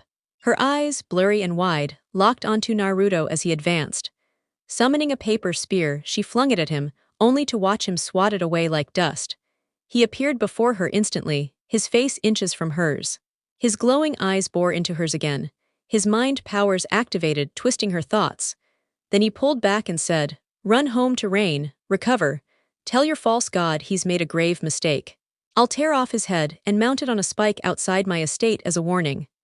Shaking, Konan fled, desperate to report to Nagato and alert Itachi of Naruto's change. Naruto strolled back to his group and shoved Sasuke aside, ignoring Sakura. Seeing the cursed seal on Sasuke's neck, he muttered, "Figures Orochimaru left his weird love note on the emo. Doesn't matter as long as he stays in line." He picked up Sasuke and told Sakura, "Come on, we've got both scrolls, this exam's over." Sakura, nodding, followed while Naruto praised Myra for being a good girl. An hour later, they neared the tower. Naruto walked at an easy pace, giving Sakura time to recover and Myra time to explore. Myra sniffed a tree and peed on it, marking her turf. Naruto seemed calm, but his senses were alert, scanning constantly. He picked up Kabuto's scent and avoided him, arriving at the tower shortly after. Opening the doors, he tossed Sasuke onto the floor. Ignoring Sakura's yelling, he pulled out the scrolls and opened them. A burst of smoke later, Uruka stood before them. Seeing Sasuke, he quickly asked what had happened. Naruto looked to Sakura, who quickly recounted the events. Then Naruto explained why he'd been elsewhere during the battle. When he finished, Uruka scowled. "Kumo never learns, do they?" Naruto snorted. "Never, now can we get a room? I need rest and Myra wants her snack." Uruka nodded and led Team 7 to a nearby room. Inside, Naruto collapsed onto a bed, Myra curling up beside him. Sakura blinked as both fell asleep almost instantly. Shaking her head, she got into another bed, her mind lingering on Sasuke's fate. All soon drifted into slumber. At that moment, a golden light bathed the room. A radiant woman appeared, like Tsubasa, but with flowing crimson hair. She was the goddess herself. Silently sitting beside Naruto, she kissed his forehead and whispered, "Good night, dear little brother. Soon you'll face trials, including a duel with blood kin and a serpent cloaked in ambition." Naruto mumbled in his sleep. "Someone's about to die," chuckling. She placed a glowing necklace around his neck and vanished in a golden flash. 3 hours later, Naruto awoke grumbling. He climbed out of bed silently, thinking it was time to choose his sacred beast. Closing his eyes, he considered what could embody all three of his realms. He blinked as Myra nuzzled his arm. "Got an idea for my sacred animal?" he asked. Myra wagged her tail and licked his hand. "You think we should check the lab first?" she barked in response. Naruto approached a wall and placed his hand on it. By the names Mitarashi, OTSUTSUKI, and Jinx open, the wall slid aside, revealing a hidden staircase. Descending into the depths, Naruto and Myra entered his secret lab. Once inside, the wall sealed behind them. By the name OTSUTSUKI Naruto, deity of invention, I awaken this chamber.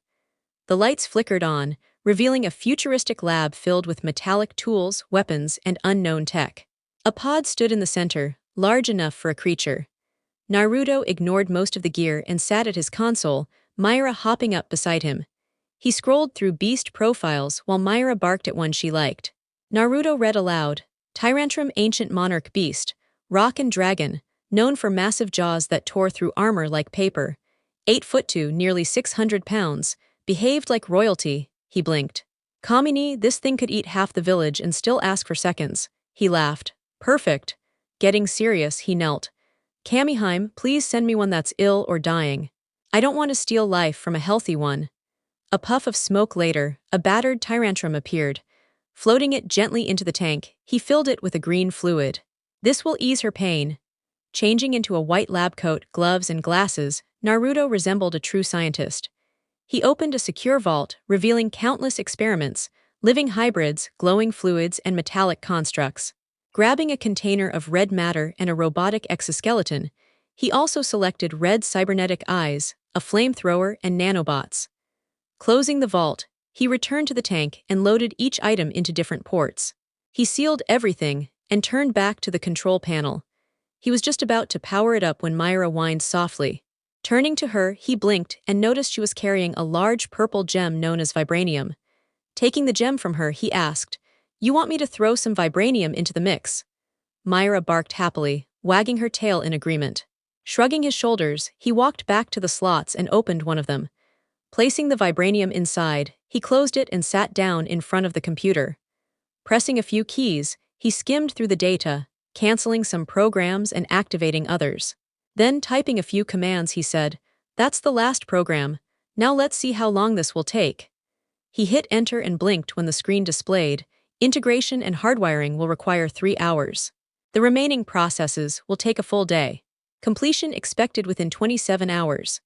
Naruto sighed upon hearing this and muttered, "Well, I guess I'll head back to my room and catch some sleep." Changing back into his regular clothes, he tossed Myra a ham bone and said, "Come on, Mira-chan, there's a nap waiting for us." Myra trotted happily behind Naruto, tail wagging excitedly at the treat from her master. The next day, Naruto walked with his team behind Uruka, toward the hall where the other genin were gathered. Upon entering, he wasn't surprised to see that all the teams had passed the exam. This meant he'd have to fight in a preliminary round. Ignoring Sarutobai's speech about the true purpose of the exam, Naruto let his gaze wander over Temari's figure. He shamelessly stared at her rear. Temari, somehow sensing his gaze, felt her cheeks flush and quickly turned away. Naruto's eyes then landed on Kankuro. He locked eyes with the puppet master and made a throat-slashing gesture. He blinked as Kabuto, Karui, and Ami all surrendered, one claiming chakra depletion, the other two nursing genuine injuries. Hearing Sakura and the Duck King argue, Naruto turned sharply to them and hissed, "Sakura, if the emo wants to fight, then let him fight." Sakura opened her mouth to protest again, but both Naruto and Sasuke glared at her. She shrank back, nodding reluctantly. The teams were then escorted to the balcony. Bored, Naruto decided to listen to some music. Putting on his headphones, he began jamming to the loud tunes on his iPod. He stopped suddenly when a flash of green caught his eye.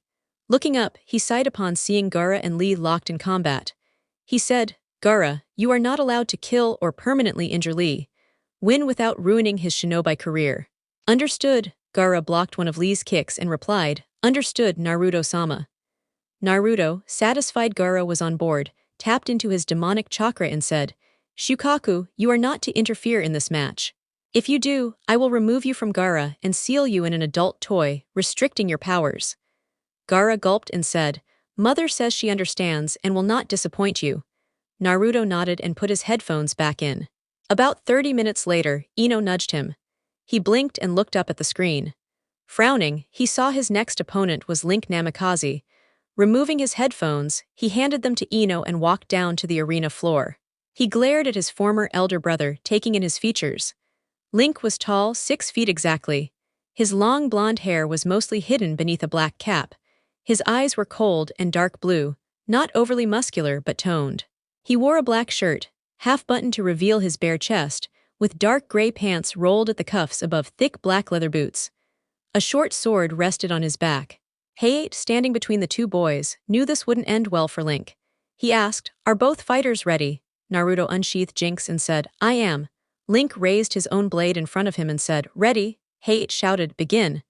As soon as the word left his mouth, Naruto lunged forward, his feet barely touching the ground. Link barely raised his sword in time, grunting as the heavy blow landed. Trying to counterattack, Link swung, but hit nothing but air. Naruto appeared in midair, spinning Jinx like a kunai. Looking at Link with murderous intent, he slammed down onto Link's blade again, cracking the ground beneath them. Link tried to counter again, but barely dodged a fist to his gut. He got up and charged at Naruto, planning to take the fight directly. Imagine his surprise when he couldn't land a single hit. Naruto vanished and reappeared on the statue.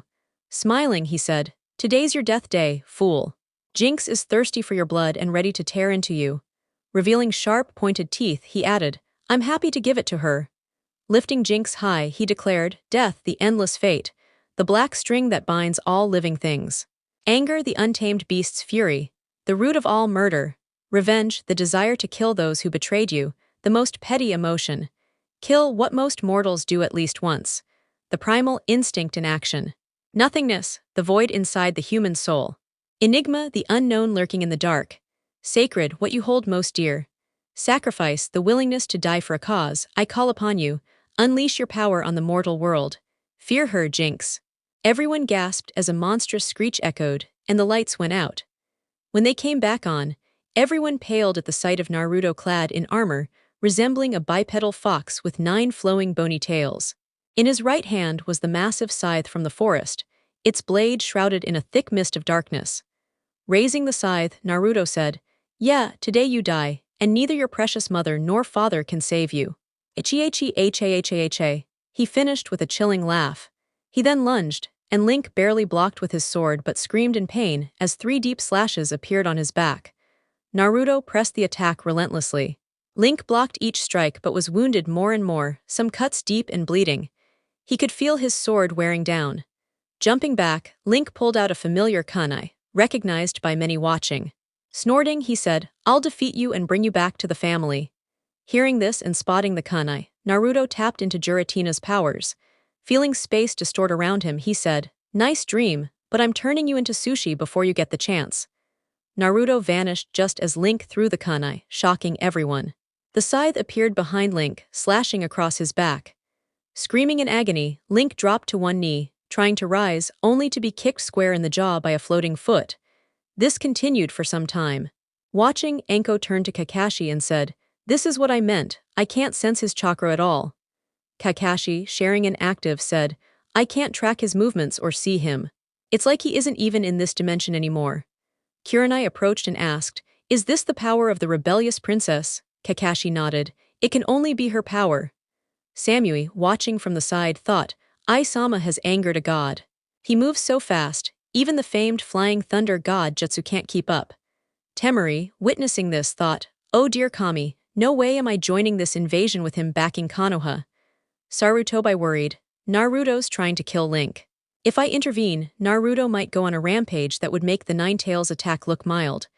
Minato wondered, why would he try to kill Link? They're siblings and should be allies.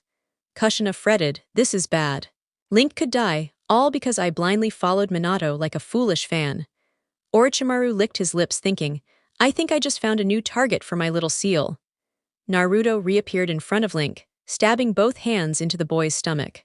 Everyone's eyes widened as Link vanished in a puff of smoke, and reappeared descending from the ceiling with glowing orange eyes, thick black horizontal pupils, and a faint red glow around his eyes. Gasps filled the room as Link entered the legendary Sage mode. He stabbed Naruto's shoulder, and widened his eyes as Naruto vanished into a pool of black liquid. Sensing something descending, Link rolled right just in time to avoid being crushed by a massive foot. Looking up, he gasped at a beast unlike anything anyone had seen, a T-Rex-like creature with metallic enhancements, and thick red goop coating most of its body. Naruto stood on the beast's snout, smiling. "Just in time, my precious Grimlock. Now show this fool who he's messing with." Grimlock roared and attacked Link, who struggled to dodge its strikes. Things worsened when Naruto used Giratina's distortion powers again. Rolling away from a slice, Link felt something imminent. He transformed into a small orange book and sighed as Grimlock snapped its jaws on it. Naruto reappeared, laughing, "Grimlock, show the fool your flames." Grimlock snorted, roared, and blasted white-hot flames, barely dodged by Link. Exactly what Naruto wanted, as he punched the boy hard. Link hit the floor, unprepared for being grabbed by the ankles. Dragged toward Naruto, he saw the fist pulled back. The punch connected with a loud crunch. Link, crashing against the wall, realized immediately that his jaw was fractured. Rising to his feet, he quickly formed a series of hand signs and shouted, "Summoning technique." In a cloud of smoke, a toad emerged, about the same size as Grimlock. Perched atop the toad, Link commanded, "Gamatsu, engage the beast." The toad gave a nod and leapt toward Grimlock, who roared defiantly at the challenge.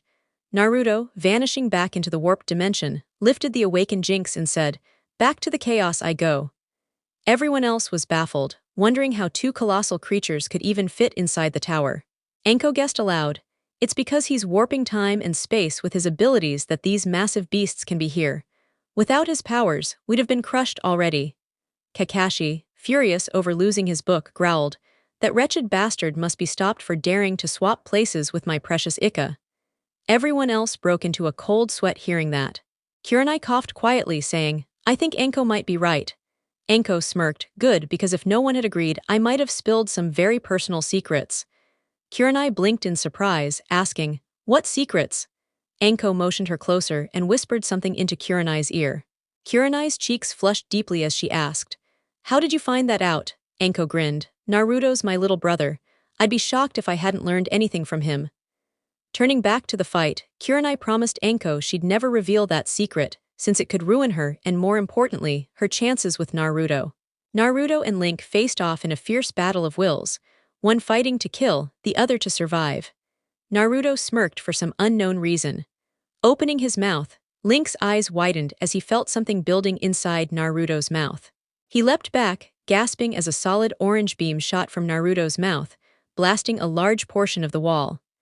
Closing his mouth, Naruto swung with Jinx, puzzling the onlookers until they noticed thick black streaks rushing toward Link. Link jumped over the lines and charged at Naruto. Naruto blocked Link's sword with Jinx's spine, raised his left hand and said, Witness my new technique. Gran Ray Zero. Link gasped as a massive orb of pulsing, malevolent energy formed before Naruto's hand. He gasped again as the orb transformed into a beam, scorching the ground and blasting through the tower's walls.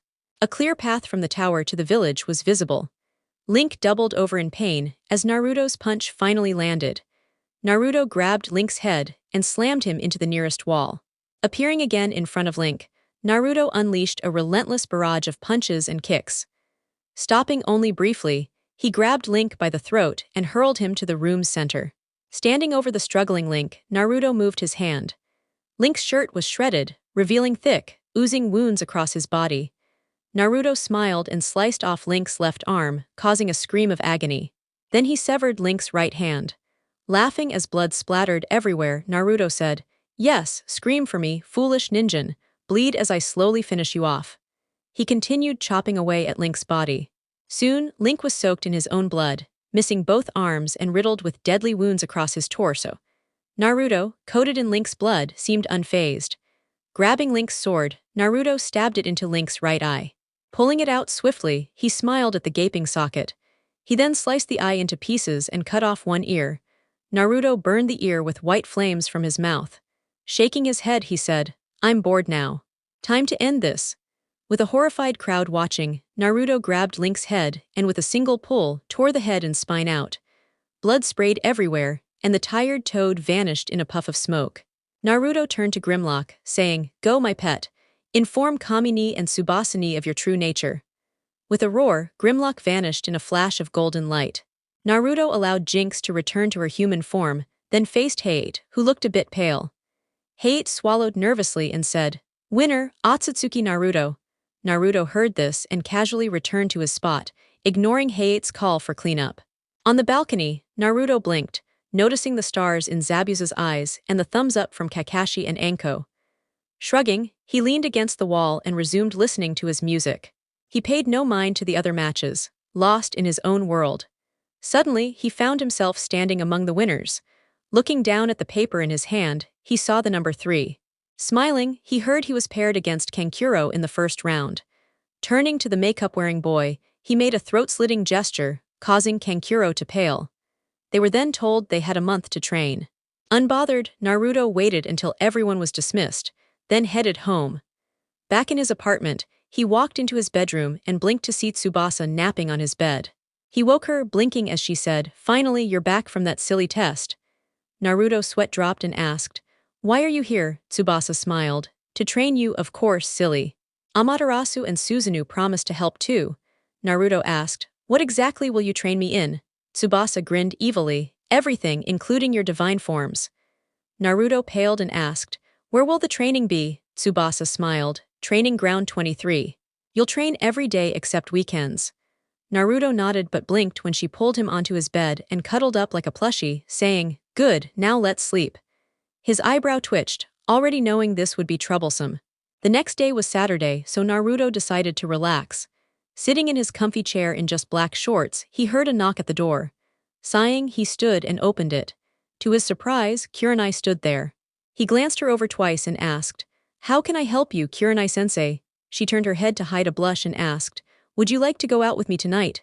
Naruto blinked, shrugged and said, Sure, what time should I pick you up? Kurenai smiled. 7 o'clock. Dress formally. She vanished in a swirl of leaves. Closing the door, Naruto headed back to the living room. He was about to sit down when Tsubasa walked in, smiling. Raising an eyebrow, he was about to ask why when she squealed, tackled him, and said, "I can't believe my adorable little brother has a date with such a gorgeous young lady." Naruto darkened and reappeared in the kitchen. Shaking his head, he said, "Young. Last I checked, Kurenai-sensei is about 25, and that's not young in this world." Tsubasa giggled.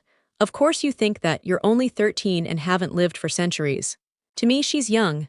Naruto took a sip of grape juice and asked, "How old exactly are you?" Tsubasa giggled again. 2 million years old. Before you arrived, Yami was the youngest god.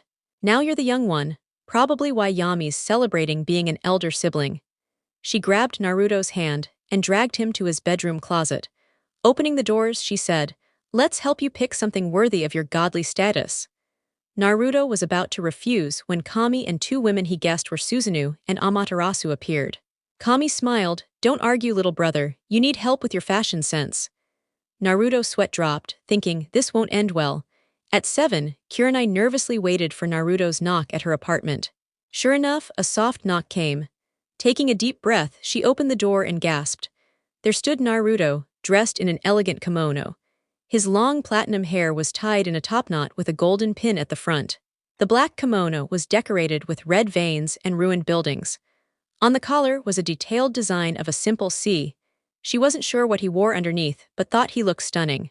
He smiled and said, "My sisters insisted I dress to match my status. Underneath this fancy kimono are my shorts and kunai pouch." Showing his hand, he made her blink, revealing blood-red nail polish and 3 intricate rings. The first was gold, shaped like a dragon's head with emerald eyes. The second resembled a gate with a glowing kanji for destruction inside a dark blue circle. The last was silver, shaped like a small bug. He smiled. "They also painted my nails blood red to match my aura." "Enough about me, you look amazing. That red dress highlights your beautiful eyes." Blushing, Kurenai took his hand, closed, and locked her door. She then led Naruto out into the town. Guiding him to a fancy restaurant, she approached the host and said, "Table for Yuhai." The hostess smiled. "Ah, Mrs. Yuhai, please follow me." Naruto followed Kurenai to their table and sat after she did. Ordering steak, he smiled and asked, "So, Kurenai-sensei, why did you ask me out tonight?"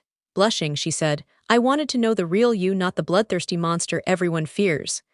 Naruto leaned on his hand and asked, "What do you want to know?" "Everything," she said. "Your favorite color, where you learned to sing, your training, how you keep your hair so tame, all of it." Laughing, Naruto said, "That's a lot, Kurenai-chan, but I'll tell you." He smiled. "My favorite color's orange, believe it or not. Favorite food is ramen, any kind. I learned to sing from Jinxni. She'd sing me to sleep when I was troubled as a kid. She trained me, along with the old man, Anko, Ibiki, Inachai, and Hayate. My hair's easy to manage, just wash and brush once. I like alternative music best." He then began sharing what she wished to learn, smiling as he noticed her entranced gaze. Their food arrived and they both ate, with Naruto continuing to open up about himself. Once they finished, Naruto was taken aback to find themselves now strolling through a park, enjoying the fresh air and scenery. Stopping beside a tree, Kurenai said, "This has been the nicest date I've had so far." Naruto chuckled and replied, "It's not over yet, Kurenai-chan. Tonight you get a special treat, a full song performance just for you." Stepping back, he snapped his fingers and 4 shadow clones materialized. One sat at the drums, another wielded an electric bass guitar, a third held an acoustic guitar. The last clone quickly shifted into a female form and settled down on the amplifier. Naruto walked up to the microphone, closed his eyes, and said, "This one's for you, Kurenai-chan. Kiss Me by Ed Sheeran." I don't own opening his eyes. Naruto noticed all the girls nearby were blushing deeply, hearts in their eyes, or openly drooling. He wiped the sweat from his brow and focused on Kurenai, whose smile shone the brightest. Grinning, he dismissed his clones and approached her. He was caught off guard when she grabbed him, pulling him into a fierce, passionate, and hungry kiss. She ended the kiss with a smile and said, "Let's go, this place is getting too crowded." Naruto shrugged and let her lead him out of the park. About 2 hours later, at her apartment door, she smiled and said, "Thank you for a wonderful date, Naruto-kun." Naruto smiled back, "No problem, it was fun and I really enjoyed it." Kurenai smiled again and gave him another kiss. Leaning into it, Naruto felt warmth flood his entire body. She ended the kiss, opened her door, and went inside. Once inside, Naruto smiled softly and whispered, "Nai-chan." He then turned away, swallowed his feelings, and headed back to his own place. Arriving, he snapped his fingers, and his kimono vanished, replaced by comfy pajamas. Walking into his bedroom, he found Tsubasa curled up in his bed once more. He shrugged and climbed in, instantly regretting it as she latched onto him, cuddling like he was her favorite plush toy. He blushed when she nuzzled his cheek and murmured, "You're so warm, Naruto-kun. We're sleeping like this from now on, okay?" Naruto sighed, deciding to just fall asleep and deal with this later. Review or fail trying. Stay true, all you faithful, and live long and prosper. Monday morning found Naruto at training ground 23, hair messy as if just awakened, a bit of drool on his cheek. He honestly looked rough, still in pajamas. Tsubasa stood before him, a wide grin and a mischievous smirk, holding something behind her back. To her left was his other sister, Susanoo. Her long dark gray hair was tied in a ponytail, clad in black battle armor, holding a sword that looked forged in the fires of hell. She smirked at her still sleepy little brother. To Tsubasa's right was Amaterasu. Her short, spiky red hair framed tan skin. She wore a black tank top showing off tattooed arms, red jeans, and thick black boots. The Mangekaiwu Sharingan blazed in her eyes, matched by a devilish grin. Yawning, Naruto asked, "Are we training now or can I go back to sleep?" Giggling, Tsubasa revealed the object behind her, a pair of shackles. Naruto raised an eyebrow as Susanoo explained, "These will be locked to your wrists and ankles. Each shackle weighs about 250 pounds. You'll wear them for a whole month. If you take them off for any reason, you'll run laps on the moon." Naruto paled at this. Amaterasu laughed, "That's not all. Today we're training your reflexes, Tsubasa, and I will throw everything we've got at you." Naruto turned white. This was going to be rough. Tsubasa giggled, "And Susanoo will teach you kenjutsu. If you keep the weights on for 3 weeks, Kami-chan will teach you to enter Sage mode with the Pokemon, and the last week will be training with Kaguya-chan to unlock more OTSUTSUKI powers." Naruto sighed, "I'm not going to be able to walk home, am I?" All three laughed, "Nope. One of us will have to carry you." He sighed again, took off his shirt and said, "All right, let's get started." Tsubasa clipped the shackles on him. "We start now, Naru-chan." 7 hours later, Naruto was being carried by Tsubasa, his body literally smoking. She smiled gently, about to nuzzle his face when a shadow loomed before her. She looked up, frowning at the sight of Jiraiya of the Sannin. He looked angry, even upset. Stomping over, he said, "Wake that little troublemaker so I can seal his powers away and lock his memories. Then he can be with Minato, like the good kid he is." Tsubasa was about to respond when Naruto said, "Tsubasa-ni, put me down. I need to deal with this fool." Sighing, she set him down and watched as Naruto struggled upright. He glared at Jiraiya, "Get lost, stupid toad, before I turn you into swamp stew." Jiraiya scowled, "You idiot, you killed Link, my greatest student." Naruto laughed, "No, you fool. Nagato was and still is your best student, with Konan close behind." Jiraiya scowled, "They're both dead, you idiot." Naruto snorted, "Yeah, and Orochimaru's not a creep, Tsunade's not busty, and Hinata Hyuga isn't stalking me." Jiraiya, clearly annoyed, said, "That's it, you and me, brat. Training ground 10. Naruto shrugged and followed the Toad Sage. At the site, the Namikaze family and Genin teams awaited. Jiraiya smirked, "You're going down, brat." Naruto snorted, "Funny, I was about to say the same." Kakashi appeared in the center. This is a no-holds-barred fight between Jiraiya of the Sannin and Naruto OTSUTSUKI, Konoha's god of carnage. The winner is whoever can still stand. No interference. He then asked, "Any other conditions?" Jiraiya smirked arrogantly, "If I win, the brat's powers get sealed and he returns to the Namikaze family." Naruto snorted, "If I win, your career's over. But here's my condition. Stop spying on my Nai-chan, Ankoni, Uego-chan, or any other girls in this village. And Izanami-ba help me, if after I stomp you, Kakashi-ne tells me you have any of them in your orange book, I'll personally feed your soul to Tsubasa-ni and use your body for target practice with my fiercest fire jutsu." Jiraiya smirked, "Deal." Kakashi wrote everything down and made them sign, along with the others nearby. When Tsubasa signed, everyone blinked as the paper turned black and Jiraiya's name faded to ash white. Giggling, Tsubasa said, "This contract isn't just legally binding. If Jiraiya Baka breaks it, his soul goes straight to me." She laughed with wicked delight. Ignoring her cackling, Naruto stood in the ring, eyes closed, with Jinx perched on his back.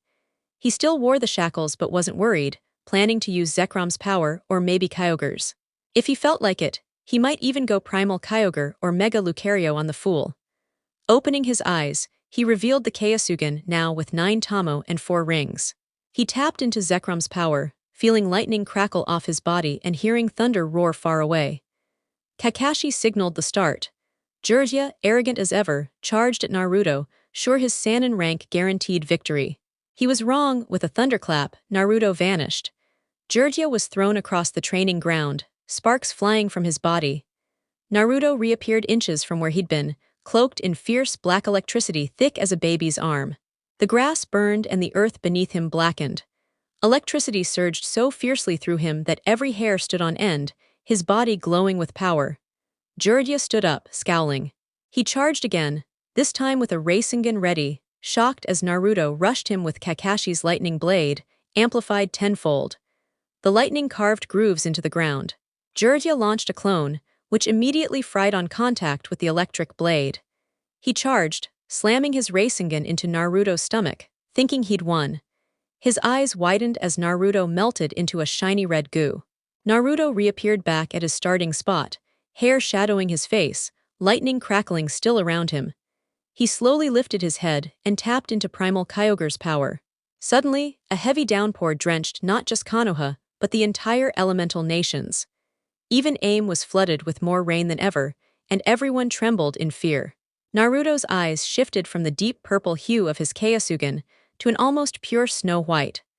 The Tamo and rings now glowed a vivid purple instead of the usual white. Looking upward, Naruto seemed calm for a brief moment, until he unleashed a scream of torment. That scream twisted from pain into a chilling, dark, and maniacal laughter. Why? Because Naruto was undergoing yet another transformation. His body surged upward, growing from a mere 4.9 feet into a towering 7 feet. His hair flared out and darkened to black. Thick, black horns erupted from his skull, coated in what appeared to be thick white goo. His mouth sharpened, 4 large canine teeth glowing with raw energy. His tongue forked and was covered in a dark crimson substance. His muscles bulked dramatically, with parts of his arms covered in the same white goo, resembling cartilage binding his limbs. Large, bony spikes jutted from his elbows. His hands widened, each revealing a slit.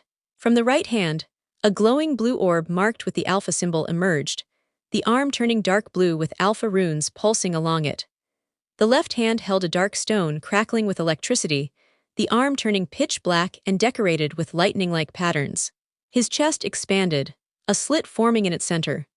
Naruto's roar echoed as he tapped into the power of Mega Mutuo, a dark purple gem appeared in his chest slit.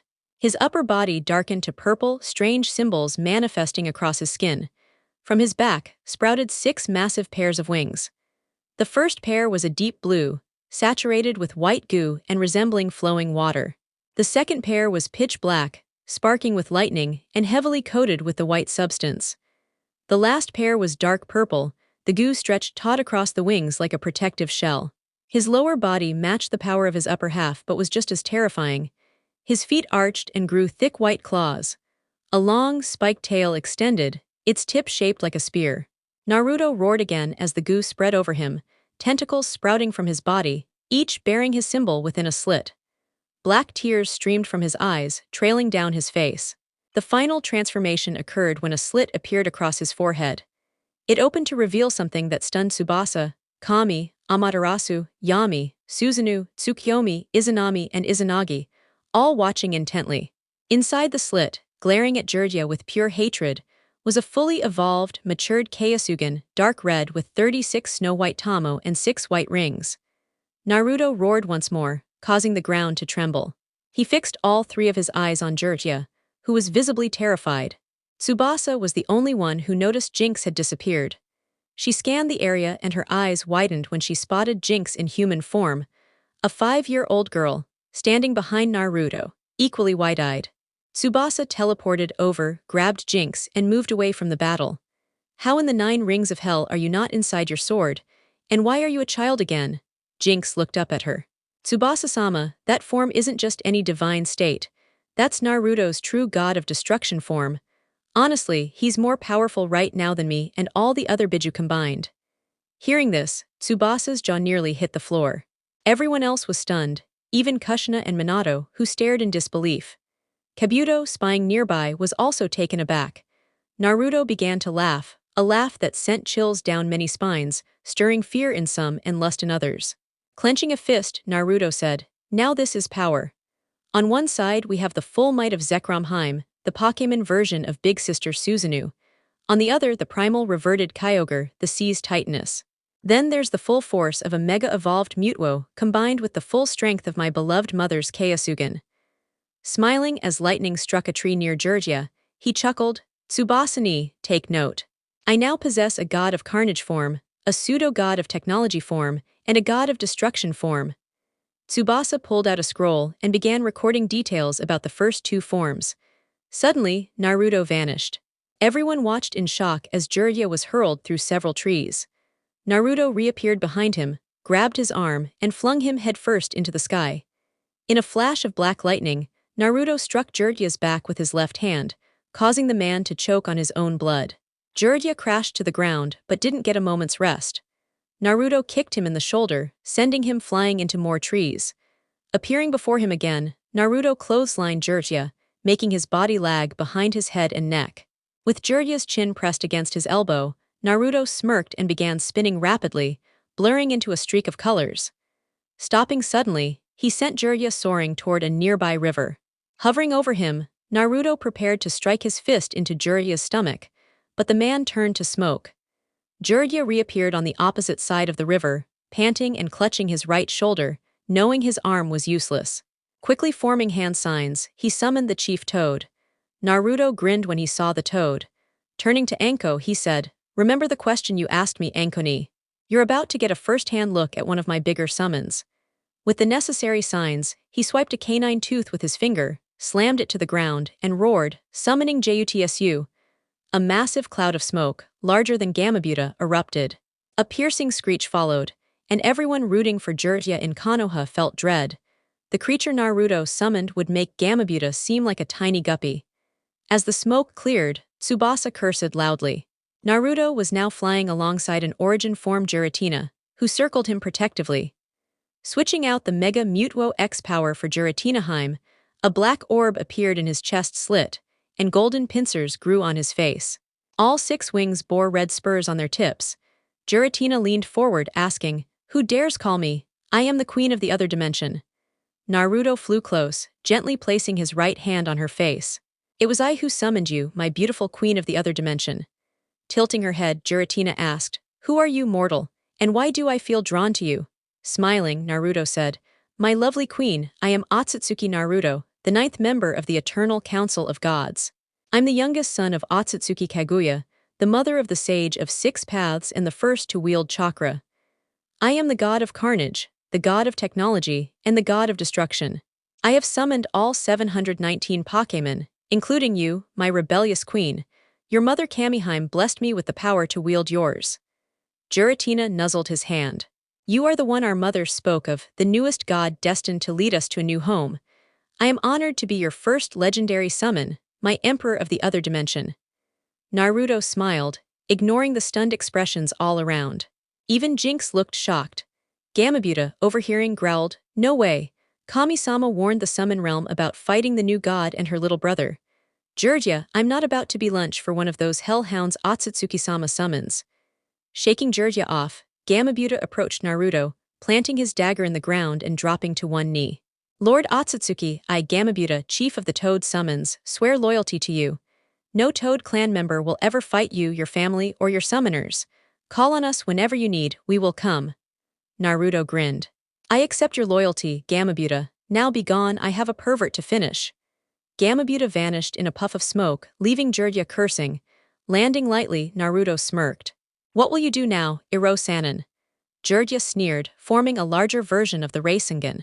With a smirk at the shocked faces, including Minato's, he declared, "This is my improved Rasengan. Link and I were close to perfecting it. It's my trump card since I can't call the Toads against you." Naruto chuckled. "All right, show me the strength of your so-called improved Rasengan." Crossing his arms, he said, "I won't even defend myself. Hit me." Everyone blinked, including Jiraiya. Naruto laughed. Come on then. Jiraiya charged, slamming the massive Rasengan into Naruto's arm with a cry of Chu Udama Rasengan. Smoke billowed out, and many thought it was over. But Anko knew better. A gut feeling told her that attack hadn't fazed Naruto. Seconds later, eerie laughter echoed from the smoke, terrifying Jiraiya and making many pale and tremble. When the smoke cleared, Naruto stood untouched, Giratina still circling above him in origin form. Unfolding his arms, Naruto said with a smirk, "What a disappointment. I guess I'll have to show you a real attack." Before Jiraiya could respond, he was launched skyward. Naruto suddenly appeared in the sky behind him, wrapping his arms tightly around Jiraiya's waist. Soaring up into the storm clouds, he flung the man high above the swirling tempest. Emerging behind him, Naruto raised his right hand ominously. With a chilling laugh, he declared, "Try not to perish from this. Combination Hijutsu, absolute annihilation." In his palm, the elements of a violent storm began to form. First, a lightning bolt sparked, its color like fresh blood. Around it swirled a fierce gust of wind. Within that wind, water droplets shimmered. The lightning was then encased in a thick iron shell. Beautiful flowers bloomed on the metal's surface, roots creeping along the edges. A thin sheet of ice then crystallized over the armor. Finally, the entire creation was trapped inside a pink crystal, shaped like a snarling dragon's head. Naruto hurled the devastating attack at Jiraiya as he plummeted through the storm clouds, toward the same river Naruto had earlier attempted to send him crashing into. The blast struck just as Jiraiya broke through the clouds once more, soaked to the bone by the relentless rain. An enormous explosion erupted, and his agonized scream echoed all the way to demon territory. He crashed hard into the river, howling again as the lightning bolt struck him upon impact. Everyone nearby flinched at the scream, wondering what had happened. Everyone except Tsubasa, Jinx, Kakashi, Anko, Sarutobi, Konohamaru, Mogi, Udon, Uruka, Uego, Ino, Shikamaru, Hinata, Kiba, Kurenai, Shino, Choji, Asuma, Tenten, Lee, and Neji. They weren't surprised because they were watching through Sarutobi's crystal ball. Anko giggled like a schoolgirl. "That was the most badass, purely destructive, flashy, and insane thing I've ever witnessed." Wiping a tear from her eye, she added, "I'm so proud."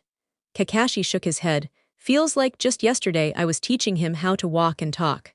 Now he's casually unleashing S-rank jutsu like it's nothing." Tears of joy brimmed in his eyes as he whispered, "They grow up too fast." Sarutobi smiled proudly. "I remember when he was just a brat with eyes only for two things: ramen and his Ankoni. Now he's a B-rank ninja in the bingo book, a god, a member of the Eternal Council of Deities, and one of the most powerful shinobi Konoha has ever known." Wiping a proud tear, he said, "Damn, I'm proud to call him my grandson." Jinx drooled, "Me want Naruto. Me want have Naruto's kids, me seduce him." Tsubasa held a dictionary, sketching Naruto's face next to the definition of destruction. "My little brother literally redefined what destruction means." Closing the book with a goofy grin, she said, "He's officially family now. What other family can brag about doing something like that?" Konohamaru, Mogi, Udon, Ino, Kiba, and Choji all had stars in their eyes. Together they exclaimed, "That was insanely cool. I wonder if he'd teach us." Uruka overheard and quickly made a mental note to beg Naruto not to teach those three and to find out when they learned such bad language. Kayoni and Akin exchanged looks, nodding solemnly. "Never ever anger Otsutsuki-sama."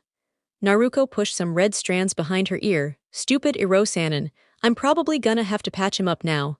Damn." Natsumi, in shocked Kushina's arms, bounced excitedly, squealing about how amazing it was. Kushina tried to steady her pounding heart, knowing what Naruto just did was nothing short of godlike. Minato looked pale and sweaty, certain Jiraiya was either dead or barely clinging to life. The civilian council scrambled, planning how to get on Naruto's good side before they got crushed. Kabuto was trembling, terrified by the raw destructive force Naruto wielded. Sasuke simmered with jealousy. Sakura shifted her attention from Sasuke to Naruto, realizing Naruto could crush Sasuke with one finger tied behind his back. Shino pushed up his glasses, muttering, "Most terrifying." Kurenai covered her mouth in shock. Hinata giggled like Jiraiya would if he were near a bathhouse. Lee's eyes blazed with excitement as he shouted, "YOSH!" Neji wondered who would win in an all-out battle between him and Naruto. Tenten giggled with a mischievous grin, much like Hinata. Asuma dropped his cigarette in shock, feeling genuine fear toward Naruto. Shikamaru sighed, troublesome gods. Chaoji shoveled popcorn, thoroughly enjoying the spectacle. Yuego wiped drool from her lips, amazed by Naruto's display. Naruto landed, smirking at the smoking figure of Jiraiya. Walking over, he said, "Time to finish this." Two clones appeared, grabbing Jiraiya's arms. Two more appeared, seizing his legs. Now pinned face down, Jiraiya struggled as Naruto's clones held each limb. Naruto leapt, flipped in midair, and raised his left foot high. Descending onto the writhing Jiraiya, he declared, "Shades of Senjutsu Nade, heavenly curb stomp." His foot crashed down on Jiraiya's spine with a sickening crunch. Jiraiya screamed in agony. Naruto dismissed his clones and approached Tsubasa, slowly exiting his transformation. As he reached her, his eyes rolled back, she barely caught him. Giggling, she said, "He won. Jiraiya will never be a shinobi again." Naruto basically crippled him from the waist down. Smiling, she turned to Jinx. "Come on, Jinx, we need to get him home. He's got a date with a certain purple-haired Anbu tonight and needs rest." Jinx pouted, "Okay, Tsubasa-sama, but does he even know about the date you and Kami-sama arranged?" Tsubasa giggled as she walked away. "He will when she comes to pick him up tonight." Everyone nearby sweat dropped, thinking, no wonder Anko's the normal one. Anko herself pouted, now confirmed as the sane sister. Yuego suddenly realized she was the only Anbu with a purple-haired Anbu and squealed quietly in glee. Grabbing Kurenai's hand, she dragged her away. "Come on, Nai-chan, you have to help me get ready for my date with Naruto-kun." Kurenai's sweat dropped. "You're acting like a fangirl, Yu-chan." Yuego shot her a fiery glare. "I'll forget you said that since Naruto-kun is taking me out. Say it again, and I'll show you why I'm not a fangirl." Dragging Kurenai off, Anko sat near a tree, drawing a circle on the ground, mumbling, "I'm the normal sister. I'm supposed to be the wild, crazy one craving blood and explosions." She stood up with a wicked grin. "Fine, then I'll be the older sister with blackmail material on my darling little brother." She vanished in a swirl of leaves, missing the collective sweat drop from the group at her words. Sarutobi shook his head, turning to Kakashi. "I still think it was a mistake to let her be his guardian and sister." Kakashi, reading his book, replied, "I've thought that too, Hokage-sama. It was the late Uchiha Mikoto-sama who convinced you to allow Anko to be his guardian sister. Honestly, I want to know how she did it." Sarutobi scowled, recalling, "It was all because of Jiraiya. Mikoto caught him snooping and was about to give him a harsh lesson, then decided to inform me of his trespass." Kakashi laughed. "So that's why. She showed up while you were using your crystal ball to spy on women and threatened to turn you into a woman, then blackmailed you into letting Anko watch over Naruto. So yeah, it's your fault, Hokage-sama." Sarutobi's eyebrow twitched. "Hadek Kakashi, say that again and you'll be chasing Tora until all three of your students become Chunin." Kakashi shivered in mock fear. Remembering Naruto could summon the demon cat at will, he stopped sweating. "No problem, Hokage-sama." Sarutobi smirked. "Did I mention you're not allowed to make Naruto help you?"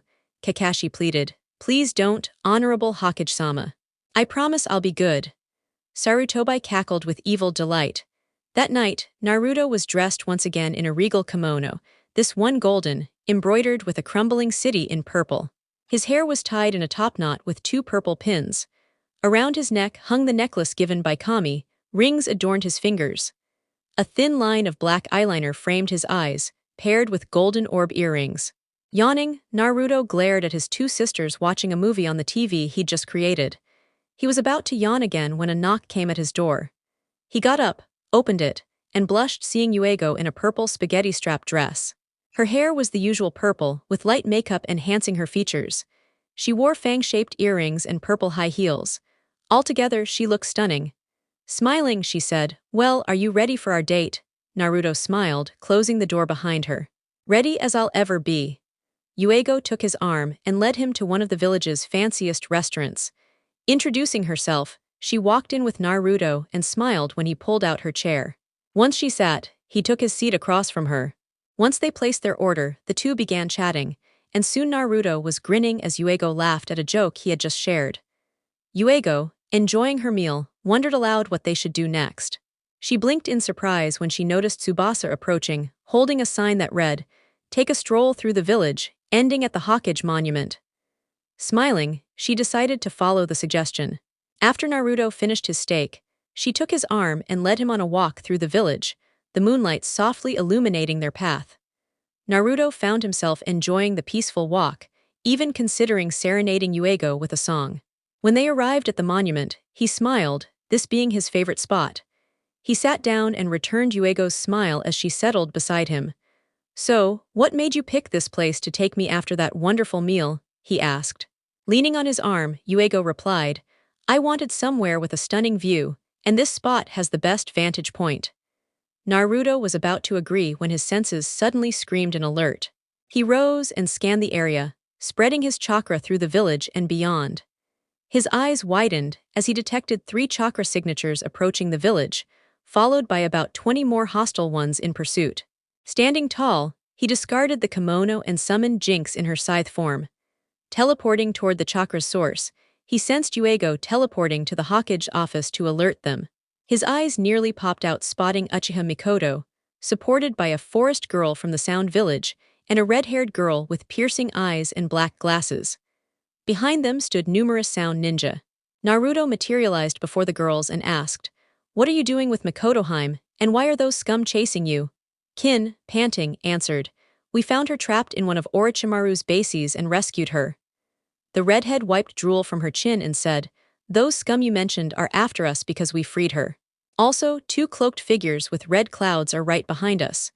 Naruto narrowed his eyes and said, "Get behind me." Karin and Kin nodded, and quickly moved behind him with the exhausted Mikoto. The Sound Shinobi landed, scowling. "Move aside, kid. We're reclaiming what Orochimaru stole, fair and square, after we kill those sluts who took her." A terrifying smirk crept onto Naruto's face. "I can't let that happen. Those sluts now belong to me, and Mikotoheim never belonged to that failure Orochimaru. You have one chance to leave before I tear your souls from your bodies and feed them to my beloved sister." The Sound Shinobi laughed arrogantly. "Kid, it's 1 against 20, Naruto cackled gleefully. "You've got it wrong. It doesn't matter how many there are. I'm the god of Carnage, and this lovely partner by my side is Jinx, the 9-tailed fox." The 20 shinobi paled and stammered, "You're the god of Carnage," Naruto laughed. "So you finally realize." He vanished and reappeared behind a man. Tilting his head, he muttered, "Oh well." At once, all 20 shinobi were reduced to chunks of flesh. Just then, 2 figures in black cloaks arrived. Naruto raised an eyebrow. "If it isn't Hitachi Uchiha and a walking fish, what brings you here?" Hitachi's face was serious. "Naruto-kun, come with us. Our leader believes you've grown too powerful." Naruto laughed. "Come on, Hitachi-chan. We both know you're only in that weak group to protect me from within." He blocked a strike from Kasame and said, "But this one, on the other hand." Tossing Kasame aside, Naruto lunged at him while Hitachi approached her mother and removed her Akatsuki cloak. Wrapping it around Mikoto, she said, "My mission is complete. You've been found, mother, and Naruto-kun is strong enough to protect himself." She blinked as 3 Anbu squads arrived, along with Kakashi, Anko, Zabuza, and Sarutobi, all ready to fight to the death. She heard a snort, turned, and saw Naruto holding Kasame's severed head, same hata wrapped around his shoulder. Walking over to Sarutobi, Naruto handed him the head. "You guys moved too slow. I already dealt with all the threats and rescued Mikotoheim." His gaze shifted to the still-drooling Karin and shocked Kin. "Those 2 are to be placed under the OTSUTSUKI clan's protection. They're willing to tell you everything about the snake-faced bastard." Naruto narrowed his eyes. "If anyone hurts them, I'll personally tear their head off, no matter who they are." Sending Jinx home, he said, "Now, if you'll excuse me, I have a date to finish." With a swirl of black flames, he vanished.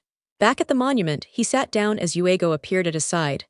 Leaning on his arm, she asked, "Will you sing me a song, Naruto-kun?" Smiling, he replied, "Of course, my Haim." Standing, he snapped his fingers and once again the clone band appeared. This time, the female clone wasn't sitting on the amp. Naruto summoned his guitar, closed his eyes, and said, "This one's for you, Yu-chan." He opened his eyes and noticed Yuego with hearts sparkling in her gaze. Hearing someone shout his name, he looked down at the village and felt sweat form as all the women below swooned at the fact he just sang to Yuego. Making the clones vanish, he was about to head to his apartment when Yuego grabbed his right arm, eyes full of desire. Smiling, she said, "The date isn't over until I say it's over, Naruto-kun." She teleported them both to her apartment, still holding him tight. Locking the door behind them, she shoved him into her bedroom. Naruto landed on her bed, puzzled as she entered wearing only her underwear, a lustful smile on her lips. Swaying her hips, she said, "I hope you're ready, Naruto-kun, because you're not leaving this room until tomorrow." He sweat-dropped, thinking, that's why Tsubasa said she'd see me tomorrow. Damn it, she knew this would happen. Revenge will be mine, dear sister. Yuego pounced on him. Across the village, in his apartment watching TV with Jinx, Tsubasa suddenly shivered and felt an unexplainable chill. Giggling, Jinx said, "You just made his prank list. Hope you're ready, Tsubasa-sama." Tsubasa paled and trembled in fear. 2 weeks later, Naruto stood beside Tsubasa and Kami, Jinx in fox form sleeping in his hair. He looked exhausted but wore new clothes. Black torn jeans, black arm guards stained with what looked like blood. His shackles had been removed 2 days prior by Tsubasa after completing her grueling training. Around his neck hung a necklace his mother had given him, a string of crystals ranging from bright pink to dark gray. The 3 largest bore symbols. The first, a dark red crystal etched with his Carnage emblem, making the one on his belt buckle look dull. The next, a light purple crystal carved with a crumbling city fading into the background. The last, an orange crystal depicting millions of tiny robots scrambling to do something. Naruto looked bored as he asked, "Tsubasa-ni, Kami-ni, why did you wake me when I could be sleeping?" Kami giggled. "You mean instead of cuddling with Yuego, Mikoto, or Hitachi?" Naruto snorted. "No, I mean actually sleeping. With Tsubasa kicking in her sleep and Jinx talking in hers, peaceful nights are impossible." Tsubasa giggled. "Sorry, my dreams can get a little vivid." Naruto snorted. "My aching ribs can confirm that." Kami shook her head. "Enough chit-chat. Let's get to why we woke you. It's time to test your powers against a formidable opponent." Naruto blinked. "Who?" Tsubasa giggled. "An android created by a mad scientist named Jiro. This android is from an alternate timeline to the one you'll enter. His name is Cell, in his perfect form. Due to another madman's actions, he gained a power boost known as the legendary Super Saiyan. He's now overwhelmingly strong, beyond the world's warriors. That's why you're going to face him and defeat him." Naruto blinked. "What do I get besides training?" Kami giggled. "New tech for your dominion, powerful techniques, and if you play it right, a new girlfriend from another dimension." Naruto glanced at Jinx. "What do you want to do?" Jinx yawned, snuggling deeper into his hair. "Go kick this android's ass, Naruto-kun, so we can get some sleep." Naruto sighed. "She's still asleep in my hair. Fine, it's decided. I'll take on Cell and show him true power." Tsubasa smiled and opened a portal to Cell's location. "Good, let's get started. Can't wait for you to crush that stupid Cell." Kami giggled and stepped through. Naruto was about to follow when he was tackled. Rolling his eyes, he spotted Karin, and below her, the blonde-haired Natsumi Namikaze, his shadow ever since he accepted her tea party invite. Sighing, he bent down and gently picked up Natsumi. Smiling, he asked, "Want to see me kick some butt, Natsumi-chan?" She nodded eagerly. Handing her to Karin, he said, "You're in charge of keeping her safe with Jinx." Jinx slid from his hair into Natsumi's arms. "Super Jinx reporting for duty." Karin, eyes sparkling, said, "I'll do anything for you, Naruto-kun." Ignoring Karin's fangirl mode, Naruto stepped through the portal and found himself in midair. He quickly summoned a salamence, and sighed in relief as Karin and Natsumi landed on its back. Jinx likely would have shifted into her great demon form by now, but it was safer this way. Closing his eyes, Naruto shot into space, ready for his grand entrance. Meanwhile, far below, Son Goku was getting absolutely destroyed like never before. He wasn't even confident that Gohan could take down Cell now that he had absorbed Broly. He blinked in surprise as he was pushed back, and suddenly 2 women appeared, both holding microphones and looking like reporters. The first one, with long black hair, said, "Greetings, members of the Council of Gods.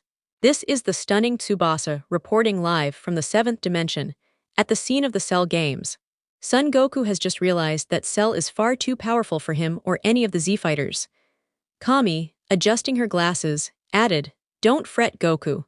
Fortune smiles on Earth today as a new challenger has arrived to face Cell." Both women then looked up, smiling, and announced, "He's from the 21st dimension, weighs 132.5 pounds, stands 5 feet 6 inches tall, is 13 years old, and hails from the Hidden Leaf Village." By then, what looked like a shooting star streaked toward the battlefield. The 2 women continued, "The youngest member of the Council of Gods. We present to you," the star crashed into the ground, sending up a massive plume of smoke. As the smoke cleared, the women declared, the mightiest of the fighting gods. The youngest child of Otsutsuki Kaguya, Naruto Otsutsuki, the certified god of carnage, technology, and the 21st dimension's sole god of destruction. The smoke vanished, revealing Naruto in all his glory. Naruto glanced at Cell and snorted. He looks like something Jinx would throw up after a wild night of partying and rabbits. That comment enraged Cell, who teleported straight to Naruto and punched him in the face. Cell's eyes widened when Naruto didn't flinch at all. Naruto simply tilted his head and said, "That's rude, I wasn't finished." Then he kicked Cell hard in the stomach, sending the android flying backward from the force. Naruto cracked his knuckles and said, "I guess your creator never taught you manners." Cracking his neck, he added, "Doesn't matter anyway, because before creation comes destruction." He vanished, and Cell slammed into a mountain, leaving everyone wide-eyed. Tsubasa giggled at the stunned Z-fighters and said, "Ladies and gentlemen, that marks the beginning of the end for Cell." Kami, watching as the salamence Naruto summoned landed beside the drooling Karin, clapping Natsumi and snoring Jinx, said simply, "Cell is going to die." Naruto and Cell were locked in intense combat, with the clear advantage going to Naruto, who seemed unfazed by everything. Naruto slapped away a Kai blast from Cell and said, "Come on, you've got more power than that. Stop holding back." Cell growled and launched a full-powered punch, which Naruto caught, then countered with a strike to Cell's solar plexus. Cell jumped back, wiped his mouth, and began firing blast after blast, all of which Naruto deflected. He had to leap into the air to avoid a lightning strike. Cell stared at Naruto in disbelief, wondering how he had done that. Moments later, Naruto summoned a lightning bolt in his hand and tossed it at Cell, laughing as the bioandroid tried to block it, only to have his hand burnt off. Naruto then punched Cell in the face, sending him backward. Grabbing Cell's arms, Naruto pulled him in and delivered a knee strike that drained the blood from Cell's mouth. Cell jumped back, regrew his hand, and tried to punch Naruto again, but Naruto blocked it, headbutted him, then landed 6 punches before blasting him away with a gust of wind. Cell crashed to the ground and fired a special beam cannon, but Naruto absorbed the attack using the Rinnegan's Kyosugan ability. Naruto shook his head, analyzing the attack, and smiled. Placing his fingers on his forehead, he said, "What an interesting technique, let me try this." Drawing on the power from Cell's blast, he pointed his fingers and shouted, "Corroding beam cannon." A black beam, a darker version of the special beam cannon, hurtled toward Cell. Cell moved just in time, but widened his eyes, as the beam corroded everything within 5 feet of the impact. He bent over in pain, as Naruto drove a fist into his gut. Naruto backhanded him and snorted, "Come on, my sisters are tougher than you." Cell stood, wiped his mouth, and growled. Assuming a familiar stance, he said, "Try to block this." He began charging a Kamehameha. Naruto folded his arms and said, "Bring it on, you stupid bug." Cell growled and fired the blast, only to have Naruto absorb it effortlessly. Naruto then took the same stance and smirked, "My turn." He flared his power and charged his attack. Laughing, he said, "Beat this and take your weakness with you, Kuro Samehameha." A black, shark-shaped beam tore through everything in its path. Cell screamed in agony as it shredded his body. The spectators were speechless, except for Karin and Natsumi. 5-year-old Natsumi clapped and cheered wildly at the spectacle, while Karin, dressed in a cheerleading outfit, enthusiastically rooted for Naruto. Jinx, lying atop Salamance's head, snored peacefully, the snores sounding like cheers. The Z-fighters were picking their jaws off the floor. Krillin was the first to break the silence. "What the hell is going on?" Tsubasa giggled. "Ladies and gentlemen, my adorable little brother is making Cell look like that bald human who just asked the question." Kami laughed. "Yes, people of Earth. Your eyes are not deceiving you. Naruto is absolutely destroying Cell." Piccolo, picking up his jaw, said, "He just improved my attack and made it stronger." Goku, starry-eyed, said, "I want to fight him so badly." All eyes turned to Goku, including the so-called Prince of Saiyans. Vegeta looked at him like he was insane and said, "Kakarot, you're an idiot. If this 13-year-old is beating that freak this easily, not even Lord Beerus stands a chance."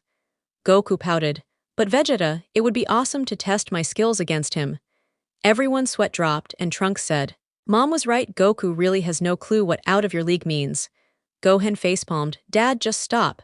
Yamcha and Tyne muttered, "He never changes." Krillin shook his head, "Just like when we were kids. He never knows when to quit." Piccolo added, "Not even I'm that foolish." Goku pouted more, "You're all just bad sports." Gohan was about to speak when Natsumi threw a blunt kun at Goku and said, "Be quiet. I'm trying to listen to Naruto beat the big ugly bug." That had everyone, even Hercule, laughing at a 5-year-old calling possibly Earth's biggest threat a bug. Tsubasa giggled, "The adorable Natsumi-chan said it best. Everyone hush so we can keep covering this historic battle." Kami nodded. "Oh, look, Cell has regenerated from Naruto's last attack, the Black Shark Destruction Wave." Tsubasa was about to speak when Karin cheered, "Go-Naruto, kick his ugly bug butt." Everyone's sweat dropped again. Naruto caught a punch from an enraged Cell and laughed. "You're angry now, that means your attacks are about to get sloppy. Don't worry, I'll end your misery soon." Cell snarled and tried to punch Naruto's stomach, but got kicked in the chin instead. Naruto followed with a punch to Cell's stomach. Cell's eyes widened as he suddenly felt like he was going to vomit. To Naruto's shock, Cell puked up a stunning blonde woman. Naruto grabbed her and teleported her to Karin, who wrapped the woman in a clean towel. Naruto blocked a weak punch from Cell and blasted him with a lightning bolt. Cell cursed the new hole in his stomach and wasn't ready when Naruto kicked him skyward. Naruto appeared above and kicked Cell harder, slamming him into the ground. Clenching his fist, Naruto said, "Dance, fool." Everything around him exploded, and Cell was rocketed into Naruto's open hand. Smirking, Naruto said, "Scream." Cell was forced to scream as pure lightning chakra burned him from within. Naruto tossed the android back to Earth, snapped his fingers and said, "You didn't scream loud enough." Everyone's eyes went wide as a massive rock fell from the sky, aiming to crush Cell completely. The boulder suddenly shattered into dust, revealing an enraged bio-warrior. Growling, he shouted, "Take this, Omega Flash." A massive wave of golden energy shot toward Naruto, who simply raised his hand and absorbed it. A smirk played on his lips before he teleported and appeared right in front of the warrior. "Appreciate the gift. Now here's my version, Shadow Burst." A colossal beam of obsidian energy blasted the artificial fighter, forcing a scream from his lips. As the smoke cleared, Naruto casually backhanded the disoriented bug-like being, then appeared again and launched him skyward with a powerful kick. "Time to beat you like a dusty rug," Naruto said with a dark grin. His hands lit up with crackling green power. Voltage storm, a wave of emerald energy hammered into the target, causing even more anguished cries. As the enemy reformed and counterattacked, Naruto swatted the blast aside and landed a harsh kick to the gut. He calmly aimed a finger at the warrior's forehead and smiled. "Tell me if this stings." Pulse shot. A searing red beam exploded from his fingertip, vaporizing the head in a single hit. Without flinching, Naruto tore off the warrior's arms and engulfed them in dark fire. Laughter bubbled from his throat as he drove a fist into the enemy's stomach, followed by a vicious kick that shattered one of the bug's legs. "Kneel, pest," Naruto spat before launching him across the battlefield with a devastating punt. With his arms crossed, Naruto hovered backward, looking smug and perfectly composed. Tsubasa giggled. "Would you look at that? Naruto's learned how to wield energy like a master. That wannabe warrior's in trouble now." Kami chuckled. "All it took was soaking up a few weak blasts from that overgrown insect." Vegeta was speechless. Naruto's counterattack had completely overshadowed his own technique. Krillin looked nervously toward 18. Yamcha was pale, trembling as Naruto delivered a merciless thrashing. Tyne wondered if this was karma catching up with the bioterror. Piccolo, usually stoic, found himself silently hoping he'd never face Naruto. Trunks wished someone like Naruto had existed in his future. Those androids would have been scrap. Goku was grinning ear to ear at the idea of sparring with Naruto. Gohan looked pale at the thought of ever facing him. Natsumi jumped up and down, cheering. Karin was playing the cheerleader role, while Jinx, now awake, watched the fight with curiosity. The female dragon beside them observed her summoner with something close to admiration. She found raw power irresistible. At that moment, Android 18 stirred and glanced around, confused. Jinx jumped into her lap. "Relax, lady. You're safe now. My brother's dealing with the freak that knocked you out. Honestly, he's just toying with him." 18 stood slowly, her eyes widening at the sight of Naruto dominating his opponent. How is this possible?" she asked. Jinx snorted. "You're watching a god swat a fly. My brother could erase this world without breaking a sweat. This is just a warm-up his sisters wanted him to do." 18 stared in disbelief. You're serious? Jinx deadpanned, dead serious. Before 18 could respond, Karin broke out in a cheer. Give me an N, give me an A, give me an R, please ignore her, Jinx said with a sigh. She's got a thing for powerful energy types, especially ones with a dark streak. Personally, I think she's completely nuts. 18 sweat dropped. Natsumi then yelled, punch that freak in the face, Naruto. 18 looked over and saw a 5-year-old girl watching the battle with glee. Kami giggled. There she is, Android 18, our champ's prize for winning this match. 18 blinked as someone spun her around. Tsubasa grinned. That's right, this lovely lady is my brother's reward. She's a perfect blonde, no kids, and blessed with 34D's. Naruto's going to love her. 18 flushed red. How does she even know that? Meanwhile, Naruto yawned, letting his opponent throw everything at him. He was visibly bored, a dangerous sign. Why won't you fall? The creature screamed. Naruto chuckled. Because you're a roach that forgot it's already dead. Furious, the creature soared into the sky. I'll end you, he cried, charging a giant sphere. Naruto sensed the power and prepared his own. The enemy hurled it down. Planet burst, Naruto responded. Nope. Time to finish this, annihilation sphere. A dense orb of energy formed in his mouth and launched upward, absorbing the enemy's blast and continuing on its path. This can't be. The warrior screamed before being obliterated. Naruto floated back down, only to be tackled by an overexcited Natsumi. That was amazing, she yelled. He patted her head with a laugh. Karin was nearby, hearts in her eyes. Jinx jumped on his head. That wasn't even tough, was it? Of course not, he replied. Suddenly, Naruto felt something, his opponent's energy. He turned as the warrior reappeared, fully healed and somehow stronger. Regeneration is a gift, he sneered. Round 2 begins. You should have stayed dead, Naruto muttered, vanishing. Explosions followed, then both reappeared. Naruto bruised, the enemy furious. Fine, Naruto smirked. Let's try 30%. His body surged with energy. Everyone gasped except for Tsubasa, Kami, and Jinx. Even the enemy blanched. Then, without a warning, Cell was missing his upper half. His legs kicked helplessly. Naruto floated above the remains. Dance, he whispered, and without moving, massive blasts erupted, decimating the legs. The bug regenerated again, only to be punched so hard his chest exploded. This is a feeding frenzy, Naruto cackled, becoming a blur. The warrior was shredded, limbs flying, blood pouring. Inferno Phoenix Jutsu, Naruto yelled, unleashing flames shaped like a giant bird. Slice and dice. His fingers fused, cutting the opponent into cubes. Time to scatter, he said, blowing him away with a gust of wind. Solar flare, the opponent cried, forcing Naruto to shield his eyes. Damn it, he cursed. The enemy gathered power for a final blow. This ends now, perfect K-blast, he shouted. Naruto tilted his head. Perish, insect, Omega Samehamha. Their attacks collided. Naruto smirked and summoned 2 clones. Triple Samehamha. The blast consumed the enemy's last attack and vaporized him.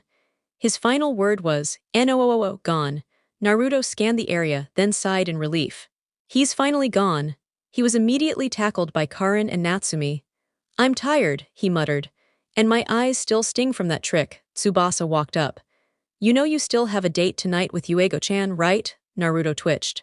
If she wasn't my girlfriend, I'd prank you so hard you'd never sleep again. Tsubasa paled. Then it's good she is. Naruto just grunted, climbed onto his dragon mount, lay down, placed Jinx on his chest, and mumbled, whatever. Kami snapped her fingers, and they vanished from sight, leaving the Z-Warriors and the world in stunned silence. Krillin stared where 18 had been, heart sinking, until a goo-covered copy of her appeared, fresh from the enemy's insides. Back in Naruto's dimension, he, Jinx, and his dragon napped peacefully. Karin had taken Natsumi home. Tsubasa and Kami were busy helping 18 adjust to her new world. The dragon napped in Training Zone 8, until someone came to train, only to scream at the sight of a sleeping trio. That was a mistake. They were hit with a flamethrower, blasted by a Samehamha, and tail-whacked by a very grumpy fox. The woman took a soft breath and said, This tune is for Tsum-chan, Ankoni, Iam-chan, Jinx-ni, and Yashino-chan. It's a reflection of what you mean to me, or what I hope we'll share one day. It's called Heartbeat. The clones dispersed into mist as Naruto rose from his peaceful nap spot. He blinked when Yuego appeared beside Mikoto, both of them wearing expressions full of desire. Naruto was stunned to find himself inside the Uchiha estate, specifically the bedroom Mikoto and Hitachi shared. Hearing the door lock, his eyes widened as Mikoto let her dress fall, and Yuego peeled off her ANBU armor. The two were now standing in only their undergarments. He was about to ask what was happening when Hitachi stepped into view, dressed in nothing but her Akatsuki cloak. All three women licked their lips and purred, "Naruto-kun, those songs were absolutely beautiful. Tsubasa-sama told us about your clash with that android cell." Yuego stepped closer, murmuring, "She said your eyes might still be sore from the attack." Mikoto added, "So we've decided to heal you in our own way." Hitachi smiled and said, "Tonight, I give you everything, Naruto-kun. My first and my all." Naruto blushed hard as Yuego activated several seals with a whisper. Privacy seal, barrier seal, silencing seal, engage. The room glowed with each activation. Mikoto crossed her arms and declared, "Fertility technique active." Yuego followed with anti-conception technique engaged. Hitachi grinned wider, fertility spell double strength. The two glowed in bright pink, while Yuego shone blue. Naruto gulped. He knew he was in for it. By morning, Naruto lay in a mess of blankets, sleeping soundly. As he stirred and crawled from bed, being groped more than a dozen times in the process, he tugged on his pants and left the room, ignoring Sasuke's stunned stare from near the doorway. Making his way toward his favorite ramen stall, he was abruptly tackled by Karin and Natsumi. With a sigh and no success in pushing Karin off, he warped himself directly to the ramen shop. He ordered 6 bowls and scarfed down 3 immediately, handing the 4th and 5th to Natsumi and Karin. As he reached for the last, Jinx suddenly appeared and began eating from it without hesitation. Naruto sweat-dropped and ordered more. Soon he was surrounded. Jinx, Natsumi, Karin, Kin, a now-awake Hitachi, Ino, and Kurenai were all gathered and eating with him. He had a strange feeling something, or someone, was missing. That's when Anko arrived with a playful pout. She smirked and said, "My little brother's becoming quite the heartthrob. Can't wait to tell your future kids about their charming dad." Naruto's sweat drop grew. He wondered what he'd done to deserve such a chaotic family. Shaking his head, he returned to his final bowl, only to find Jinx curled up inside it, ramen still clinging to her red fur. "That's it.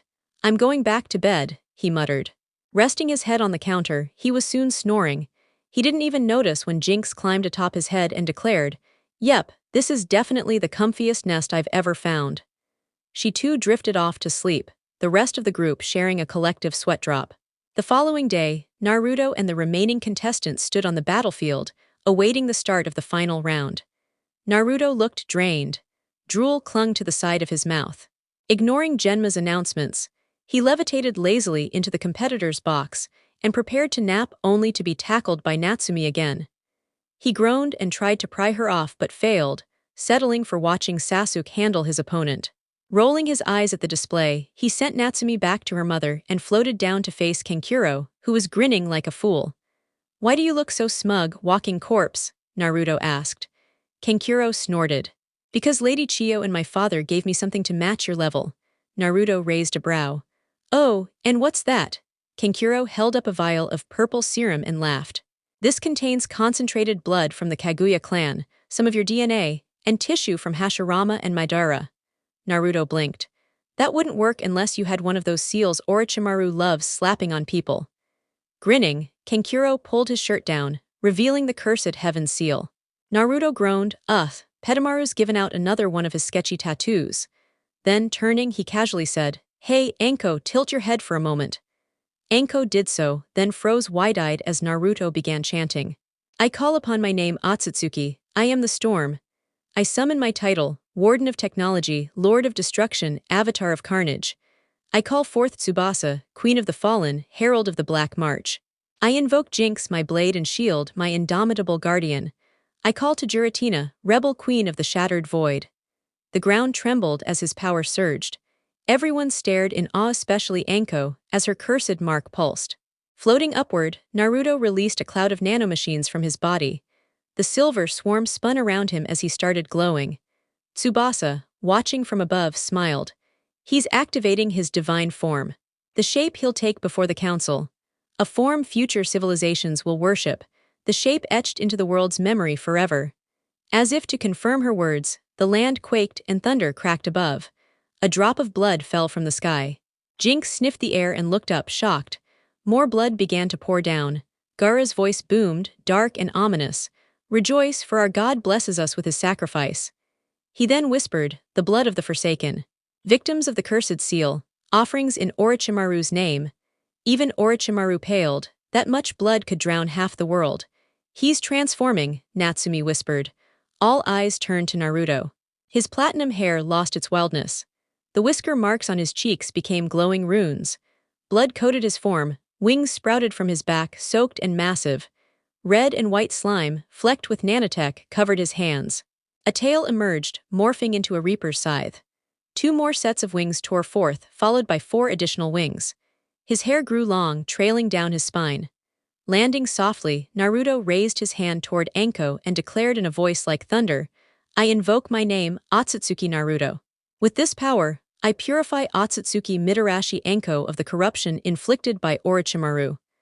I grant her the release of nanotech, and elevate her as the goddess of technology and agony. No longer mortal, she is kin of OTSUTSUKI. Nanobots lifted Anko off the ground. When they vanished, her mark was gone and tears flowed freely. She smiled brighter than ever and said, Thank you, little brother. Naruto, now returned to normal, smiled back. You shaped me into who I am. The least I could do is break your chains. With a snap of his fingers, the blood rain stopped and the earth calmed. Turning to Kankuro, Naruto grinned. Now then, let's test something. With a wave, a floating blue screen appeared. He drifted over to Natsumi and said, You and your mom will be helping with a small experiment. He placed the screen in front of her and snapped his fingers. The arena shimmered back to normal. Kushina looked at the screen as text appeared. Welcome to Naruto Incorporated's Combat Simulator V1.5. Designed for safe and interactive training for children of elite shinobi. Rule win, please enter your names. Kushina did so. The screen expanded again, revealing several question marks. Naruto added, SELENA override. Password, name of the perfect android. Full access granted. A mechanical voice responded, password accepted. Full access unlocked. Base, super, hyper, mega, and divine forms now available. Alternate outfits and weapons also unlocked. Welcome Kushina and Natsumi. Please list 3 entities to combine. Kushina blinked and asked, Entities? Selena replied, Excuse me, you don't have access to the selection log yet, nor do you seem aware. Naruto programmed the simulator to allow the fusion of abilities and forms from any individual stored in its archives. Each participant may choose up to 6 sources to build their avatar. Since you're both teamed up, that gives you 3 selections apiece. Kushina, blinking again, asked, May I see that list now, Selena? Selena responded, It's now available to both of you. Take your time. The roster materialized, and Kushina was startled by the vast number of characters in the system, even all the Pokémon were included. Her eyes widened when Selena said, Natsumi has locked in her 3 selections. Glancing at Natsumi's display, Kushina noticed her picks. Naruto, Jinx, and a 6-armed creature called Machamp.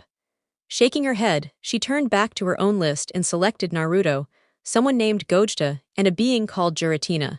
Then she heard Selena announce, Selections confirmed, 2 overlaps and 2 6-armed Pokémon included. Compilation complete. Your entity is now ready. Tap the green icon to deploy your avatar. Kushina and Natsumi both tapped it.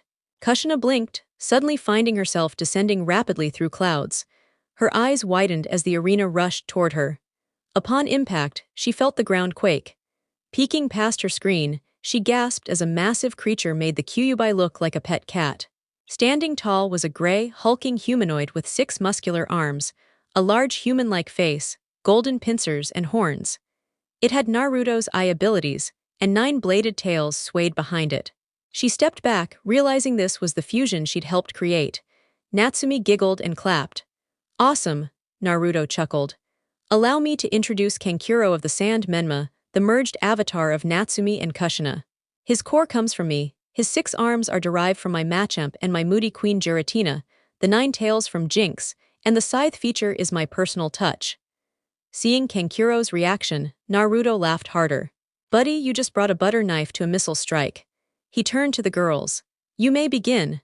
Natsumi quickly hit the Kai Blast button. Menma launched a powerful energy wave, which Kankuro narrowly dodged. Kushina triggered Dash Forward, sending Menma charging. Natsumi followed up by swinging the 6 arms like clubs. Kushina activated Pull, and Kankuro was yanked toward Menma. Natsumi then chose Corrosive Beam Cannon. Kankuro barely swapped himself out with a log substitute to avoid obliteration. Naruto, tablet in hand and Jinx on his lap, typed rapidly, eyes analyzing everything. Kushina tapped Sonic Roar and watched Menma bellow a deafening scream. Naruto winced with Jinx. That roar just nuked my eardrums. If Kankuro had shielding, it'd be shredded. Jinx whimpered. I hate that roar. Natsumi activated 4 arm-based attacks: Thunder Punch, Fire Punch, Ice Punch, and Bullet Punch. Menma howled, reared back, and each of his arms ignited with fire, froze over, or crackled with electricity. He vanished. Kankuro, wide-eyed, relied on a puppet to survive the flurry. Naruto nodded. Combining elemental punches with Bullet Punch, fascinating. Kushina triggered Death Beam Barrage. The attacks shifted. Now Menma's 6 arms fired rapid energy bolts. Kankuro ducked behind a tree, gulped a strange liquid, and activated his curse seal. Pain surged through him as blood dripped from his nose and chakra lines burned. He dropped, then transformed, his form morphing into a wolfish humanoid. He lunged at Menma. Kushina quickly hit Perfect Barrier, surrounding Menma in a glowing purple dome. Kankuro's assault bounced off harmlessly. He retaliated with Black Flames. Natsumi countered with Fire Blast. Kushina selected Flamethrower. The barrier dropped, and Menma was hit for several seconds, just enough to chip his health. Menma then responded with a blinding white fire shaped like a dragon. The flames clashed evenly.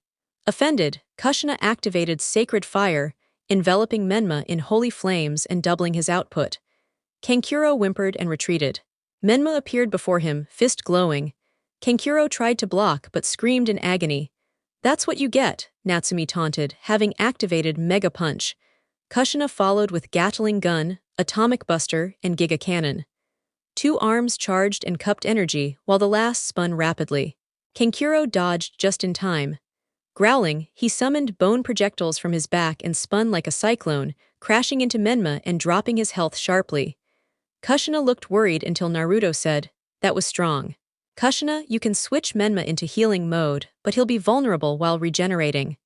Then he smirked. Or activate Super Mode. He'll auto-absorb nature energy and regenerate while maintaining offensive power. Kushina blinked. Selena, what is Super Mode? Selena replied. It functions like Sage Mode, or for Pokémon, their ability enhancements, similar to Super Saiyan transformations. It improves stats greatly depending on the entity. Kushina asked. And Menma, Selena clarified. This is version 4.0, the monstrous variant. When in super mode, he draws in nature energy to continuously heal. His strength becomes so immense that even a finger touch can be fatal. However, he sacrifices speed and takes longer to charge big attacks like Solar Beam or Spirit Bomb. Kushina absorbed this and declared, "Activate Super Mode." A thunderous roar echoed as Menma transformed, tripling in size. Her jaw dropped, attack power, health, special stats, and recovery surged. Natsumi activated Dance of Fools, triggering massive explosions throughout the battlefield. Kankuro dodged desperately. Kushina eyed pure destruction but opted for This Is Foolish instead. Menma's tails lashed out. Kankuro bit one, trying to tear it off. Natsumi smirked and hit Parabolic Charge. Menma glowed pink and his health refilled. His sluggish speed slightly increased. Naruto smiled. Didn't think my Parabolic Charge tweak would work, but it did. Anko, sitting beside him, tilted her head. What's he talking about? Jinx answered. It's a move that normally heals a Pokémon based on damage dealt. Naruto altered it so the healing is halved and the remainder boosts the weakest stat. Naruto added, since Menma's slow, his speed improved. If Natsumi repeats it, the effect stacks.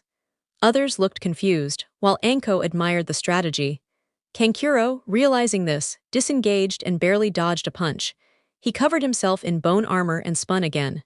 Natsumi countered with Sandstorm, disrupting his attack. Kushina charged Universal Spear and launched Burning Attack with her remaining hand. Natsumi added Swords Dance and Dragon Dance. Menma's stats soared, attack and speed nearly matching his defense. A red orb blasted Kankuro, who barely stayed conscious. Naruto peeked at the menu. If that hits at half power, it's game over. Jinx looked at the screen. At 30% strength, it's already done. Everyone stared in stunned silence. Anko's jaw practically hit the floor, joining the stunned silence from everyone who had witnessed the technique. Even Kushina, upon hearing about it, was eager to see the display of power. Natsumi, observing the immense energy buildup, grinned as the charge hit 30%. Choosing to buy more time, she triggered both sand and shadow clones. Kankuro cursed under his breath, now having to deal with a full clone battalion. Kushina was impressed that she could control them so precisely. Grinning, she teamed up with Natsumi to unleash hell upon Kankuro, who struggled to keep up with the relentless onslaught. Kushina noticed the meter had surged to 75%. Right then, Kankuro destroyed the last of the clones. With a roar, bones jutted from his arms, his spine protruding like a tail. He charged. Kushina, realizing this was his ultimate technique, triggered the universal spear. As the dust cleared, gasps echoed through the arena as Menma stood tall, gripping a glowing, multicolored spear with both hands. Naruto, smiling calmly, declared, "Witness the divine force of the universal spear." The spear launched, drilling toward Kankuro. Upon contact, the boy began disintegrating, turning to dust as all his enhancements wore off, leaving him ordinary once more. The match was decided. Naruto stood victorious. Menma then dissolved into a bracelet and a necklace. The bracelet floated to Natsumi, whose eyes sparkled, while the necklace gently rested around a blushing Kushina's neck. Blue screens around them transformed into earrings for both women. Naruto, his task complete, returned to the competitors' area to watch the rest of the matches and plan for the upcoming invasion. He raised an eyebrow as Gaara was announced the victor. Looking up, he grinned. Gaara had just defeated Neji. He chuckled, knowing his next match would be against either Temari or Sasuke. Either way, he was looking forward to it. Genma, spotting the upcoming fight, called out, "Uchiha Sasuke and OTSUTSUKI Naruto, report to the arena." Hearing that he'd face the duck-haired brooder, Naruto smirked and floated down. Jinx, curled in Anko's lap, quipped, "Hope the Uchiha's ready, today's his funeral." Anko laughed, "Naruto's gonna turn that brat into paste." Jinx snorted, "Paste, try a crater. Sasuke's going to be flattened into the dirt." Hitachi raised a brow and asked, "Will he really crush my foolish little brother so effortlessly?" Before anyone could reply, a tipsy woman resembling a younger Tsubasa appeared and declared, "My adorable little brother is gonna knock the arrogance right out of that duck's behind." Jinx giggled. Yami-sama said it perfectly. Down in the arena, Naruto faced off with a smug Sasuke. The Uchiha jeered, "Gonna let that little brat and wrinkled hag fight your battles again, loser." Naruto blinked, then replied, "How impolite. Natsumi's 5, yet leagues ahead of you. Kushina-san is 30, hardly old. Hell, I'm dating your mother, who's older than her, and I don't see you calling her ancient. Also, Kushina-san's not some floozy, she's only been with the 4th Hokage." Sasuke scowled, "I have no mother. Only a fool would date trash like you." Naruto sighed, "I'd rather be facing Temari-chan right now. At least she's beautiful and doesn't spew nonsense every second." The audience burst into laughter, minus Sakura, who had returned to Sasuke's side and glared daggers at Naruto. Sasuke growled, "I'm going to love killing you. Then I'll claim your tramp of a sister and your hideous girlfriend." Naruto's presence shifted as pure killing intent flooded the air. Everyone felt like they were standing before a deity. Anko, recognizing what was coming, burst into laughter. Classic last words of Uchiha Sasuke. All eyes widened as Naruto's chakra surged. Rage burning in his eyes, he said, "You've really crossed the line, you pathetic excuse for Uchiha." Raising his hand, Naruto said, "Time to end this." He vanished, and suddenly, Sasuke was bouncing around the field like a ragdoll. When Naruto reappeared, electricity crackled around him. Sasuke, grunting, activated his Sharingan. Naruto scoffed and activated his own eyes. "Thanks for the reminder, moron." Smirking, he said, "Let's dance." Without moving, a series of explosions rocked the ground, forcing Sasuke to dodge frantically. Amid the chaos, Sasuke hadn't realized Naruto stopped attacking until he was launched skyward. Naruto appeared above, seized Sasuke's legs, and roared, "Taijutsu, power bomb." Slamming him into the ground, smoke filled the arena. Naruto calmly stepped from the cloud. "This fight's finished." Just then, a fireball came flying toward him. Dodging, Naruto groaned, "Oh right, snake breath gave you that cursed tramp stamp." Examining the change in Sasuke, he noticed the nature energy surrounding him. So that seals Orochifreak's half-baked way of forcing Sage Mode. Shaking his head, Naruto muttered, "You can't just inject Sage Mode into people, but let me show you how a real sage does it." He closed his eyes, ignoring Sasuke's charge, and drew in natural energy. When he reopened them, everyone gasped. His eyes resembled Kami's.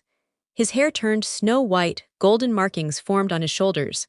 Naruto stared at Sasuke without emotion. Witness the strength of a true sage. He tossed Sasuke effortlessly. Kami-chan's energy, it's so soothing. He stomped, summoning massive steel pillars to impale his foe. It's like being hugged by a mother while Ankoni cuddles beside you. Raising his hand, waves of water surged at Sasuke.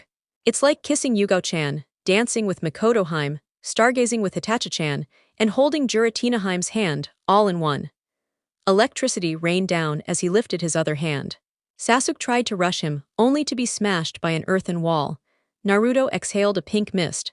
I wish I could stay like this forever, but Sage Mode is risky for the god of carnage, innovation, and annihilation.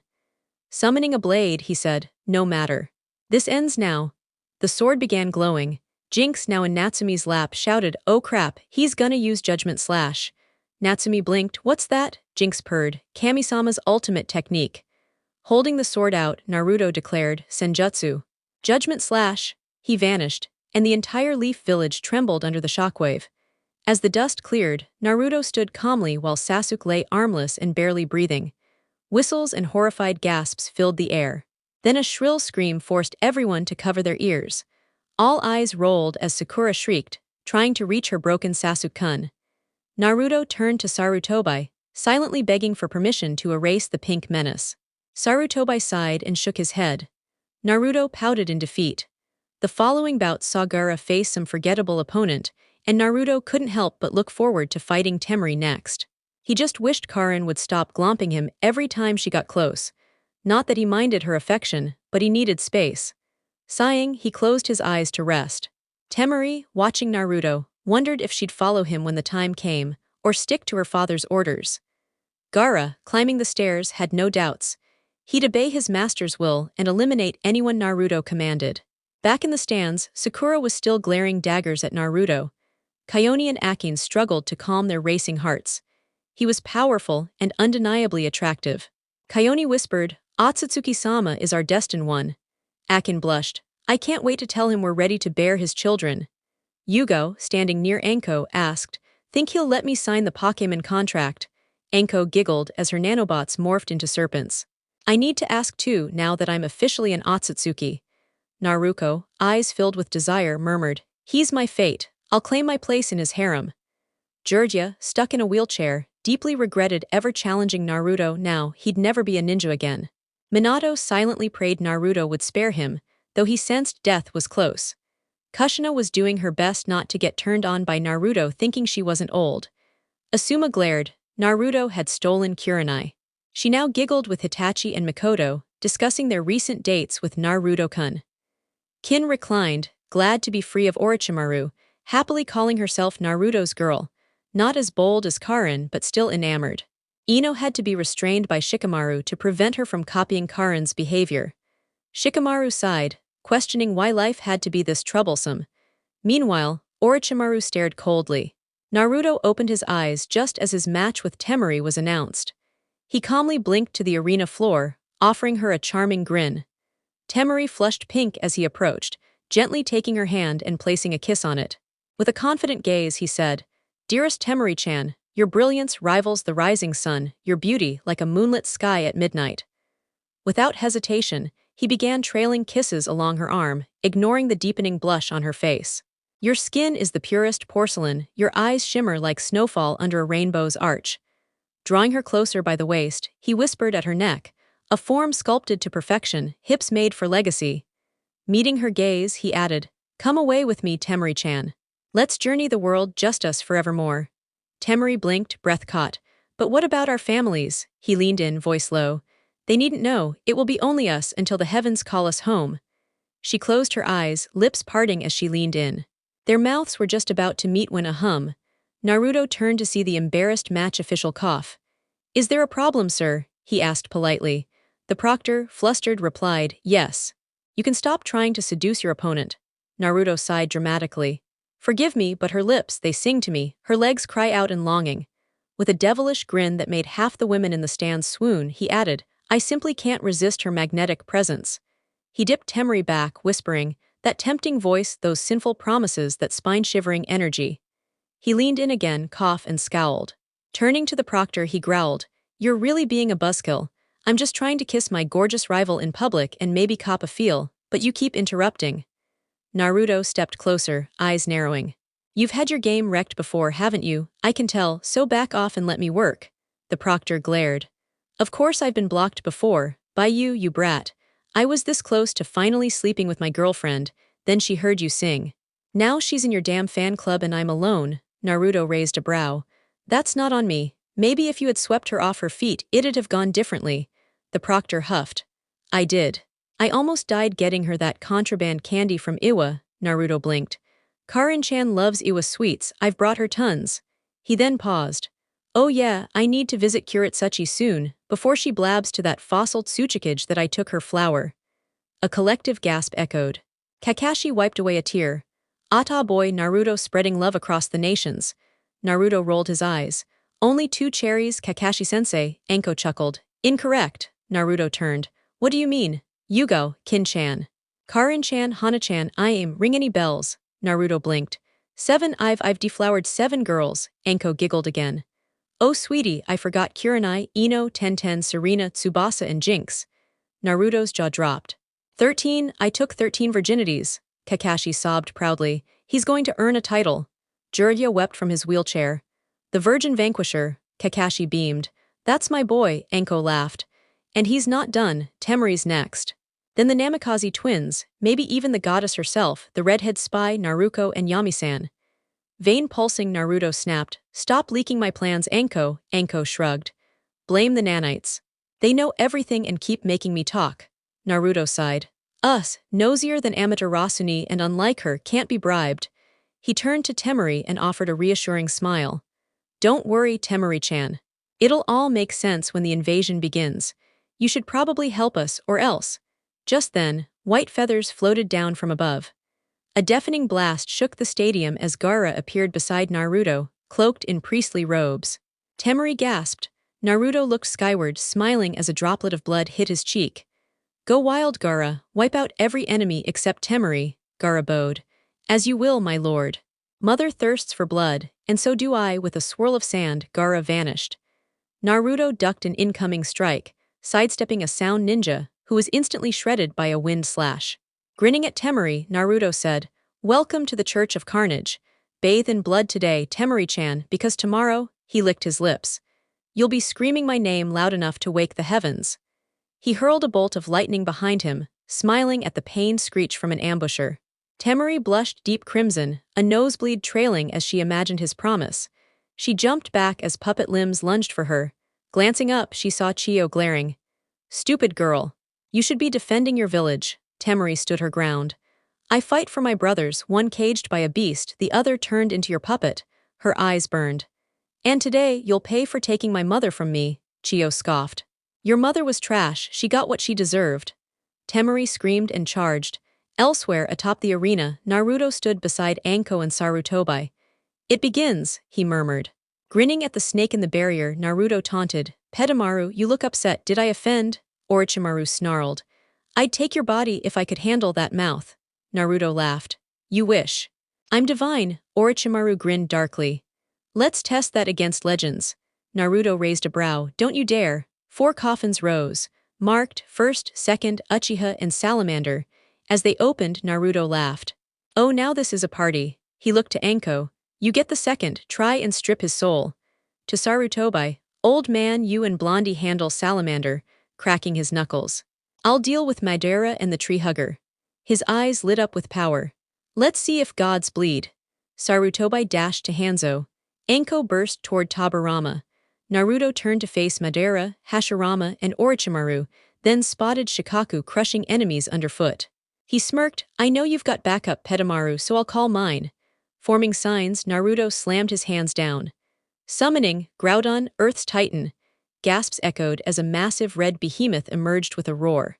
Then a chakra quake erupted from the forest. 5 tails entered the field. Naruto narrowed his eyes. Groudon won't be enough. Raising his palm, Carnage release, divine gift. Thunder cracked above. Shikaku looked up in awe. "Bathe in my blessing," Naruto said. Blood began raining. Shikaku laughed, "Our Lord's blessing, I feel his power." he tripled in size, his sand turning crimson. Anko grinned while drinking blood mid-fight. Naruto summoned a goblet, catching rain in it. At the stunned faces before him, he chuckled.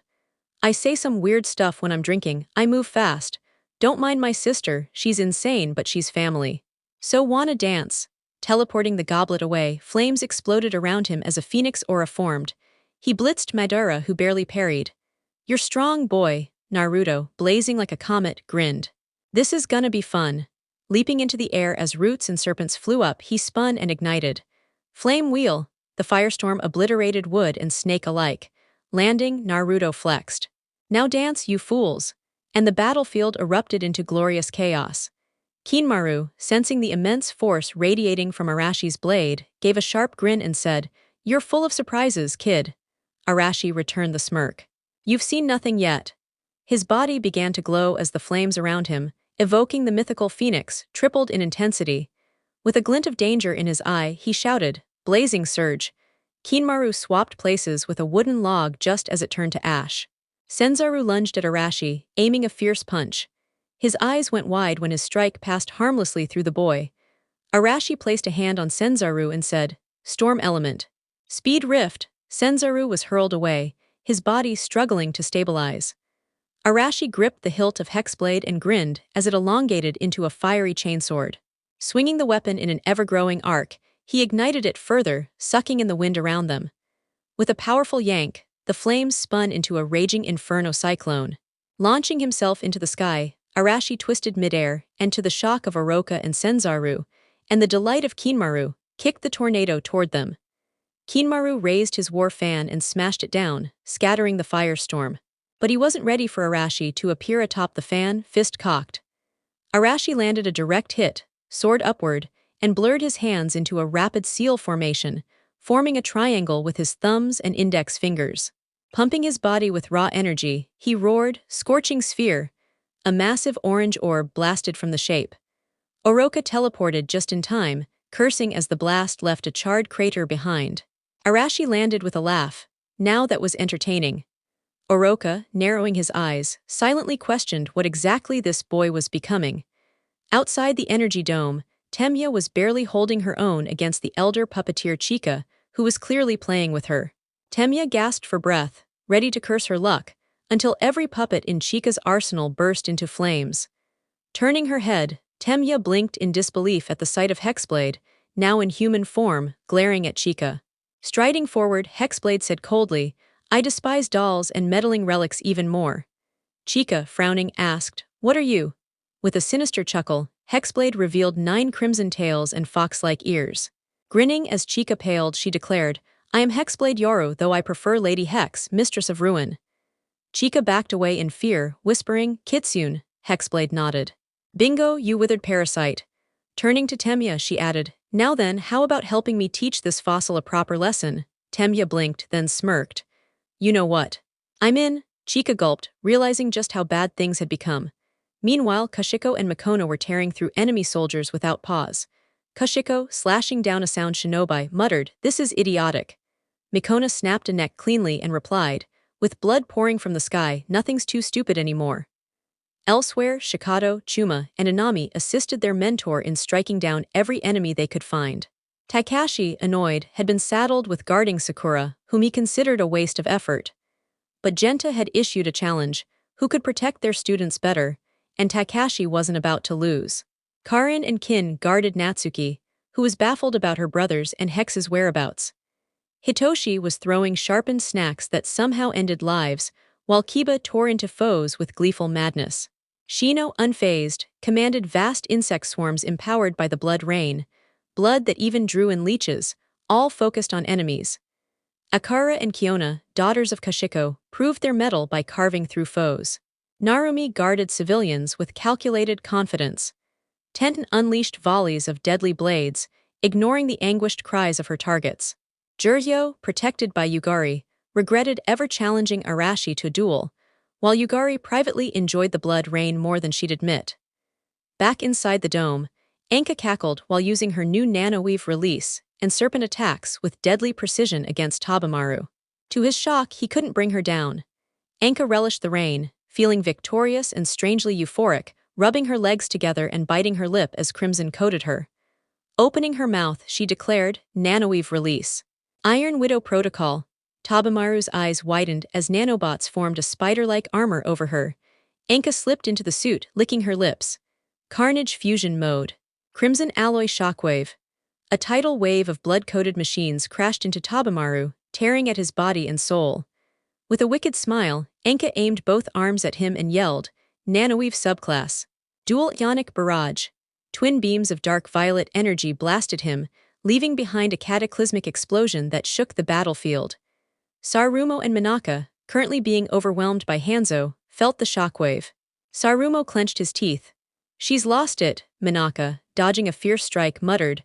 "Looks like Arashi made her a monster." Sarumo was about to respond when instinct made him raise a hand, and something cold dropped into it. Blinking, he stared at a small vial filled with green gel. Looking up, he saw a large, glowing-eyed beetle descending. It opened its mouth, and Arashi's voice came out. "Yo, old man. I'm betting you and Blondie are getting steamrolled by the relic. Here's a little something to tip the scales. That vial contains version 4 of my perfected Carnage fusion, Taste of Eternity. It's the foundation of Nanoweave and enhanced by an alien parasite gifted to me by the gods. It's called a symbiont. The bots will bond with it, not you. You'll revert to your prime, gain access to multiple versions of yourself, and become a lesser deity under my rule. Welcome to your new life, Sarumo, the god of cycles and reflections." Sarumo blinked, then glanced at Minaka being tossed around. Without hesitation, he uncorked the vial and downed it, nearly choking on the taste. Tossing the container aside, he roared as power flooded him. His muscles surged, his youth returned, and shining green material appeared on his skin. Slate-gray Rinnegan eyes opened on his hands. Hanzo recoiled. "Those eyes, how?" Sarumo chuckled. "I've become the god of cycles and reflections." Then he vanished, and in a blink, Hanzo was hurled across the rooftop. Sarumo reappeared with a smirk. "Feels good to be the real god of shinobi again." Arashi, watching Sarumo's rise, laughed while dodging an attack from Oroka, whose body was battered. Kinmaru sent a massive fire blast at Arashi, who redirected it into Oroka and asked, "What's funny?" Arashi grinned. "Just that the old man isn't so old now, and Hanzo's about to taste the wrath of Sarumo 2.0.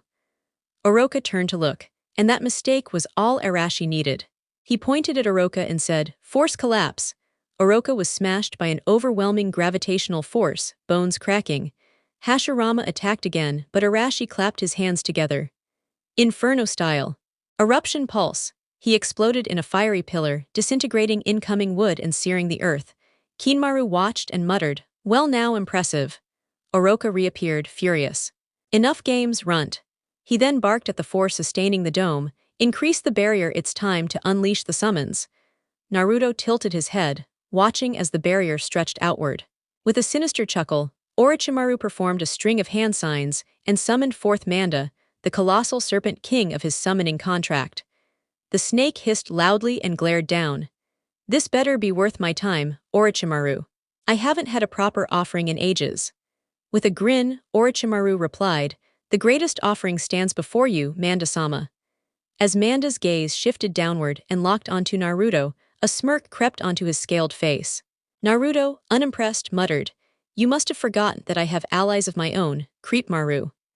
Ignoring the venomous glare from Orochimaru, Naruto flew through hand signs faster than even Madara could track. In an instant, 8 clouds of smoke erupted around him. Each one revealed creatures just as massive as Manda. With a confident smile, Naruto declared, "Witness the trio of battlehounds." The mist faded from 3 of the summoning clouds, revealing 3 dog-like beasts the size of vehicles. Orochimaru's eyes widened as the majestic forms of Entei, Reiku, and Suicune emerged. Entei turned toward Naruto. "Are you the one, the great one foretold?" Reiku growled at Manda. "Are you the mortal who can wield all of our powers?" Suicune looked toward Hashirama. "Are you truly Naruto OTSUTSUKI, the deity of ruin, chaos, and invention?" Naruto nodded. "That's me. The snake you're eyeing, Reiku, seeks to annihilate my home. You're free to annihilate him, his master, and their companions." The 3 legendary hounds let loose a thunderous howl, and Manda was immediately overwhelmed by pain and fury. Entei and Reiku pounced on the snake, while Suicune launched herself at Hashirama. That left Naruto and Madara standing alone. Midora, grinning, said, "You are a fascinating rival indeed." He activated his eternal Mangekyo Sharingan. "Let's see how you handle Susanoo." As Midora's spectral warrior took shape, Naruto merely blinked. He scoffed, "You're not the only one with that trick, Midora." Midora's eyes widened as Naruto activated a unique blend of the eternal Mangekyo and another mysterious power, Kyosugan. Susanoo, a silver skeletal frame emerged around Naruto, swiftly gaining musculature, flesh, and armor. The final form was a towering, six-armed, three-headed demon armed with six vicious scythes. Naruto chuckled as stunned gazes came from Madara, Orochimaru, Sarutobi, Hashirama, Tobirama, Hanzo, Anko, and Minato. He smirked darkly. "It's not done yet." Madara looked on in disbelief as 5 more smoke plumes cleared, revealing the elemental avians, Articuno, Zapdos, Moltres, Lugia, and Ho-Oh. The massive birds surveyed the battlefield, their wings stirring the air. Lugia descended before Naruto's construct. "Are you the divine one spoken of by the matron?" Naruto nodded. "I am Lady Lugia." The other 4 landed. Articuno examined the Susanoo. "Is this the form Mother said we could merge with?" Naruto smiled. "Yes, this is my Susanoo. All 5 of you can synchronize and separate from it at will." Moltres gestured toward Midara's version. "And who is that?" Naruto replied, "Midora Uchiha, my current opponent." Ho-Oh looked beyond the barrier. "When the conflict ends, will we have the same freedom as Giratina, Groudon, and the Hounds?" Naruto nodded. "Absolutely, Lady Ho-Oh. You're all free to roam the lands, and as promised to Kami-sama, I'll safeguard each of you." Lugia nodded. "Let the fusion begin." All 5 birds rose and merged with Naruto Susanoo. A radiant pillar of light shattered the barrier, shocking Orochimaru. A colossal pressure enveloped the rooftop and spread throughout the village. A gigantic hand pierced the beam of light. Midora staggered as Naruto's Susanoo fully materialized, now with 10 wings and a massive tail. Naruto stood within, his expression unreadable, sending chills down Midora's spine. Midora pushed down his fear and completed his own Susanoo. Sensing the potential destruction to the village, Naruto warped both of them outside the city's boundaries, but still within sight, ensuring all of Konoha bore witness. Midora, now in his complete form, laughed. "This clash will etch your name into history or erase it." Naruto laughed. "Today, I ascend in the bingo book from B rank to S rank by battling Midora Uchiha himself. The world will know the name of the supreme god of annihilation." Both activated their weapons, scythes for Naruto, blade and shield for Midora, and the battle erupted. Even mid-conflict, all of Konoha could see the titans clash in the distance. Within the now sealed barrier, Anko, who had just absorbed Tobirama's soul, stood stunned by Naruto's overwhelming aura. She turned, intent on gifting her former master with either an ionic bomb or an atomic overload. Her flight system activated, propelling her toward Orochimaru. Sarutobi, after watching Minato seal away Hanzo using the Reaper Death Seal, shook his head as Tsubasa dragged Minato off to parts unknown. He glanced toward Naruto and Midora's duel. A war of deities unfolds beyond this wall, or perhaps 2. He then soared off to assist his old student. Orochimaru, meanwhile, dodged a vicious lightning bolt from Reiku, horrified. Manda was dead, burned, and electrocuted, and the tide had turned. Suddenly, a punch from Anko in her armored suit launched him through the air. He twisted mid-flight and glared at her. "Well, hello again, sensei," Anko grinned. "You foolish brat," he spat. "You can't win against me." Before he could move, Sarutobi's staff struck his gut, winding him. The former Hokage laughed. "Getting slow in your twilight years, Orochimaru." The Sannin was about to retort when he laid eyes on the youthful Sarutobi. His jaw dropped. "You're young again," Sarutobi grinned. "Perks of divinity under Naruto's banner." Anko added, "Yep, I'm the goddess of tech and torment with a splash of carnage and havoc." Sarutobi chuckled. "I'm the god of samsara and divergence." Orochimaru gasped. "He can create gods," Anko nodded. "Sure can, and gifts out Dijutsu too." Sarutobi activated his Rinnegan. "Got this with the promotion." Orochimaru trembled, attempting to summon Hashirama, only to find the link severed. Turning in horror, he found only the lifeless corpse used for the summoning. That pause was fatal. Anko and Sarutobi's combined strike sent him hurtling once more, only to be bombarded by the trio of hounds. As he struggled, Orochimaru finally realized. The battle had never been in his favor. Beyond the barrier, Chiyo lay sprawled, her throat slashed, entrails leaking. A bloodied Temari stood above her, while Jinx scavenged the remains of her puppet army. Chio croaked, "Our plan was doomed from the start." Jinx snorted. "No, your scheme was dead the moment it was conceived. Even without godhood, Naru-chan would have crushed it. He held mastery over me, could even become me, and still hid his abilities like a true shinobi." Chio coughed up blood and perished. Tsubasa, grinning, harvested her soul. Temari whispered, "Rest now, mother." Jinx chimed in. "You know Naruto plans to bring her back, right?" Temari froze. "What?" Jinx smiled. "He has a deal with Tsubasa.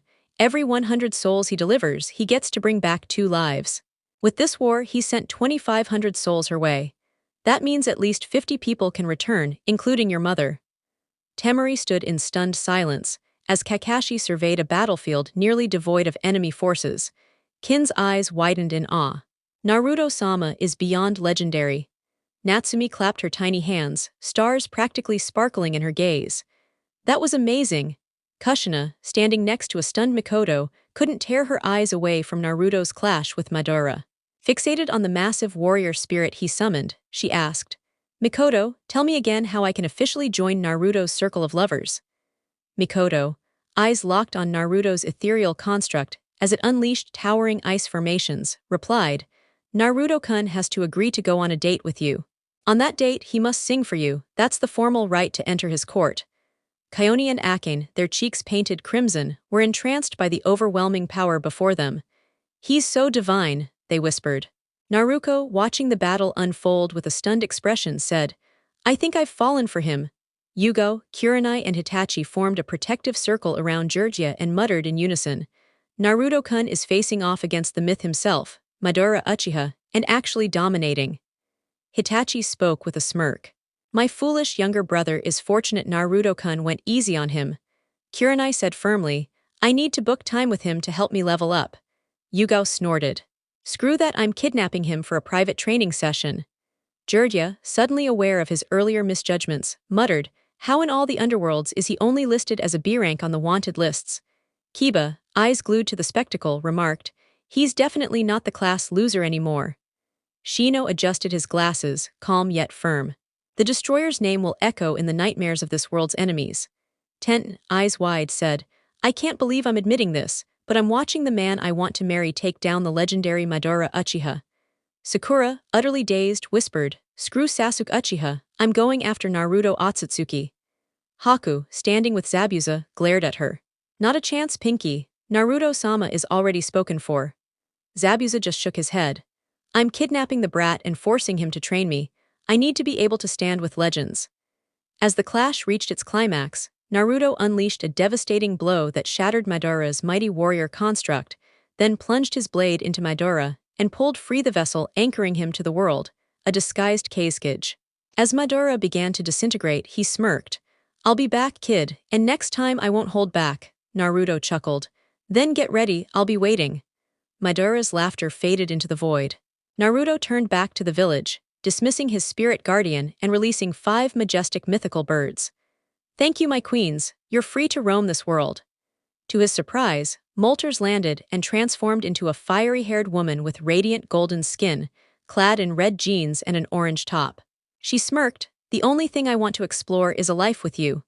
The others, Articuno, Zapdos, Lugia, and Ho-Oh, mimicked her transformation and echoed, "Same here." Naruto laughed. "Then I'd be honored to date all 5 of you." He turned toward the nearby barrier and said, "But first, there's a snake I need to crush and a promise to fulfill." He vanished in a burst of thunder and reappeared outside the barrier, startling everyone gathered there. With a confident grin, he asked Tayuya, "Is everything in place, Tayuya-hime?" She smirked. "Hell yes, Naruto-kun," he nodded. "Then release Anko, Sarutobi, Reiku, Entei, and Suikyun." Tayuya created a gap in the barrier, stunning the guards nearby. Anko leapt out with the others and landed beside Naruto. "What now?" she asked. Ignoring the question, Naruto entered the barrier and nodded at Tayuya. She sealed it shut and turned to the other guards. "You 4 are dismissed permanently." Destruction style, heart rupture technique. Screams erupted as their hearts exploded from within instant death. The barrier shimmered, then shifted into a clear, radiant dome. Small sparkling fragments danced within it, allowing everyone outside to witness what happened inside. Naruto stood across from a stunned Orochimaru. Chuckling, he said, Let me guess you're confused. A few days ago, Taeyuyaheim snuck into the village to find Kin-chan. She didn't believe your lie about Kin receiving elite training. I happened to be on a date with Kin and Haku-chan when we ran into her. He paused, smirking at Orochimaru's growing fury. After clearing things up, Kin told me Taeyuya was one of your top enforcers only because you killed her family, and she needed that position to protect Kin and Karin. I examined her curse mark with my eyes and realized I could erase it. He grinned. I did. She was grateful, eager to repay me, so I made a plan. I gave her the title of Goddess of Destruction and Melody, assigned her an elite mission to act loyal, sabotage your operations, and feed me your base blueprints. He snapped his fingers, summoning several dark purple snakes shaped like cobras. Stroking one, he continued, I gave her protection, an elite squad of level 100 Arbok. You wouldn't suspect them, they're snakes. I used them to stay in contact. When she discovered your barrier scheme, I gave her a new plan. He smiled darkly. Let the barrier activate, trap you inside, then we spring our trap. Orochimaru trembled with rage. Naruto chuckled. Taeyuyaheim nailed her role. Now you can't escape. TTJOD band slam. Your era ends today, and I'll keep the promise I made to Anko. As Orochimaru screamed and morphed into a giant 8-headed white serpent, Naruto calmly said, this technique was tailor-made for this moment. It'll not only obliterate the body you're using, but destroy your real one too, and ship your soul off to Tsubasani in a soul lock. Rising into the sky, his eyes shut, Naruto began glowing with a radiant emerald energy. Lightning and wind howled inside the barrier as the energy built. Above him, a massive sphere formed dark purple, brighter than the sun. Lowering one hand, he caught the orb. Coldly staring at Orochimaru, he said, this contains all my power, Kai, chakra, demon energy, natural chakra, divine chakra, and everything stored in sage mode. Jinx gasped. That's a planet-busting move, Naruto nodded. But don't worry, the barrier's infused with divine energy and nanobots. They'll absorb the excess force. Even Orochimaru's monstrous form flinched in panic. Naruto said with finality, time to rot, Petamaru. Super photon bomb. The attack crashed down. Orochimaru tried to defend but was annihilated. The energy stirred up a whirlwind inside the barrier, throwing dust and debris everywhere. Silence fell. When the smoke cleared, the rooftop was gone, obliterated. All that remained was the sacred sword Kusanagi, proof Orochimaru had perished. Naruto landed, picked up the blade, and approached Anko. Wordlessly, he placed it in her hand. Anko stared at him, stunned. He smiled. Be at peace, Anko. The serpent who betrayed you, the traitor who hurt you most, is gone. And with those words, it hit everyone. Naruto OTSUTSUKI, the harbinger of Carnage, savior of the waves, and youngest member of the Eternal Council, had changed the world once again.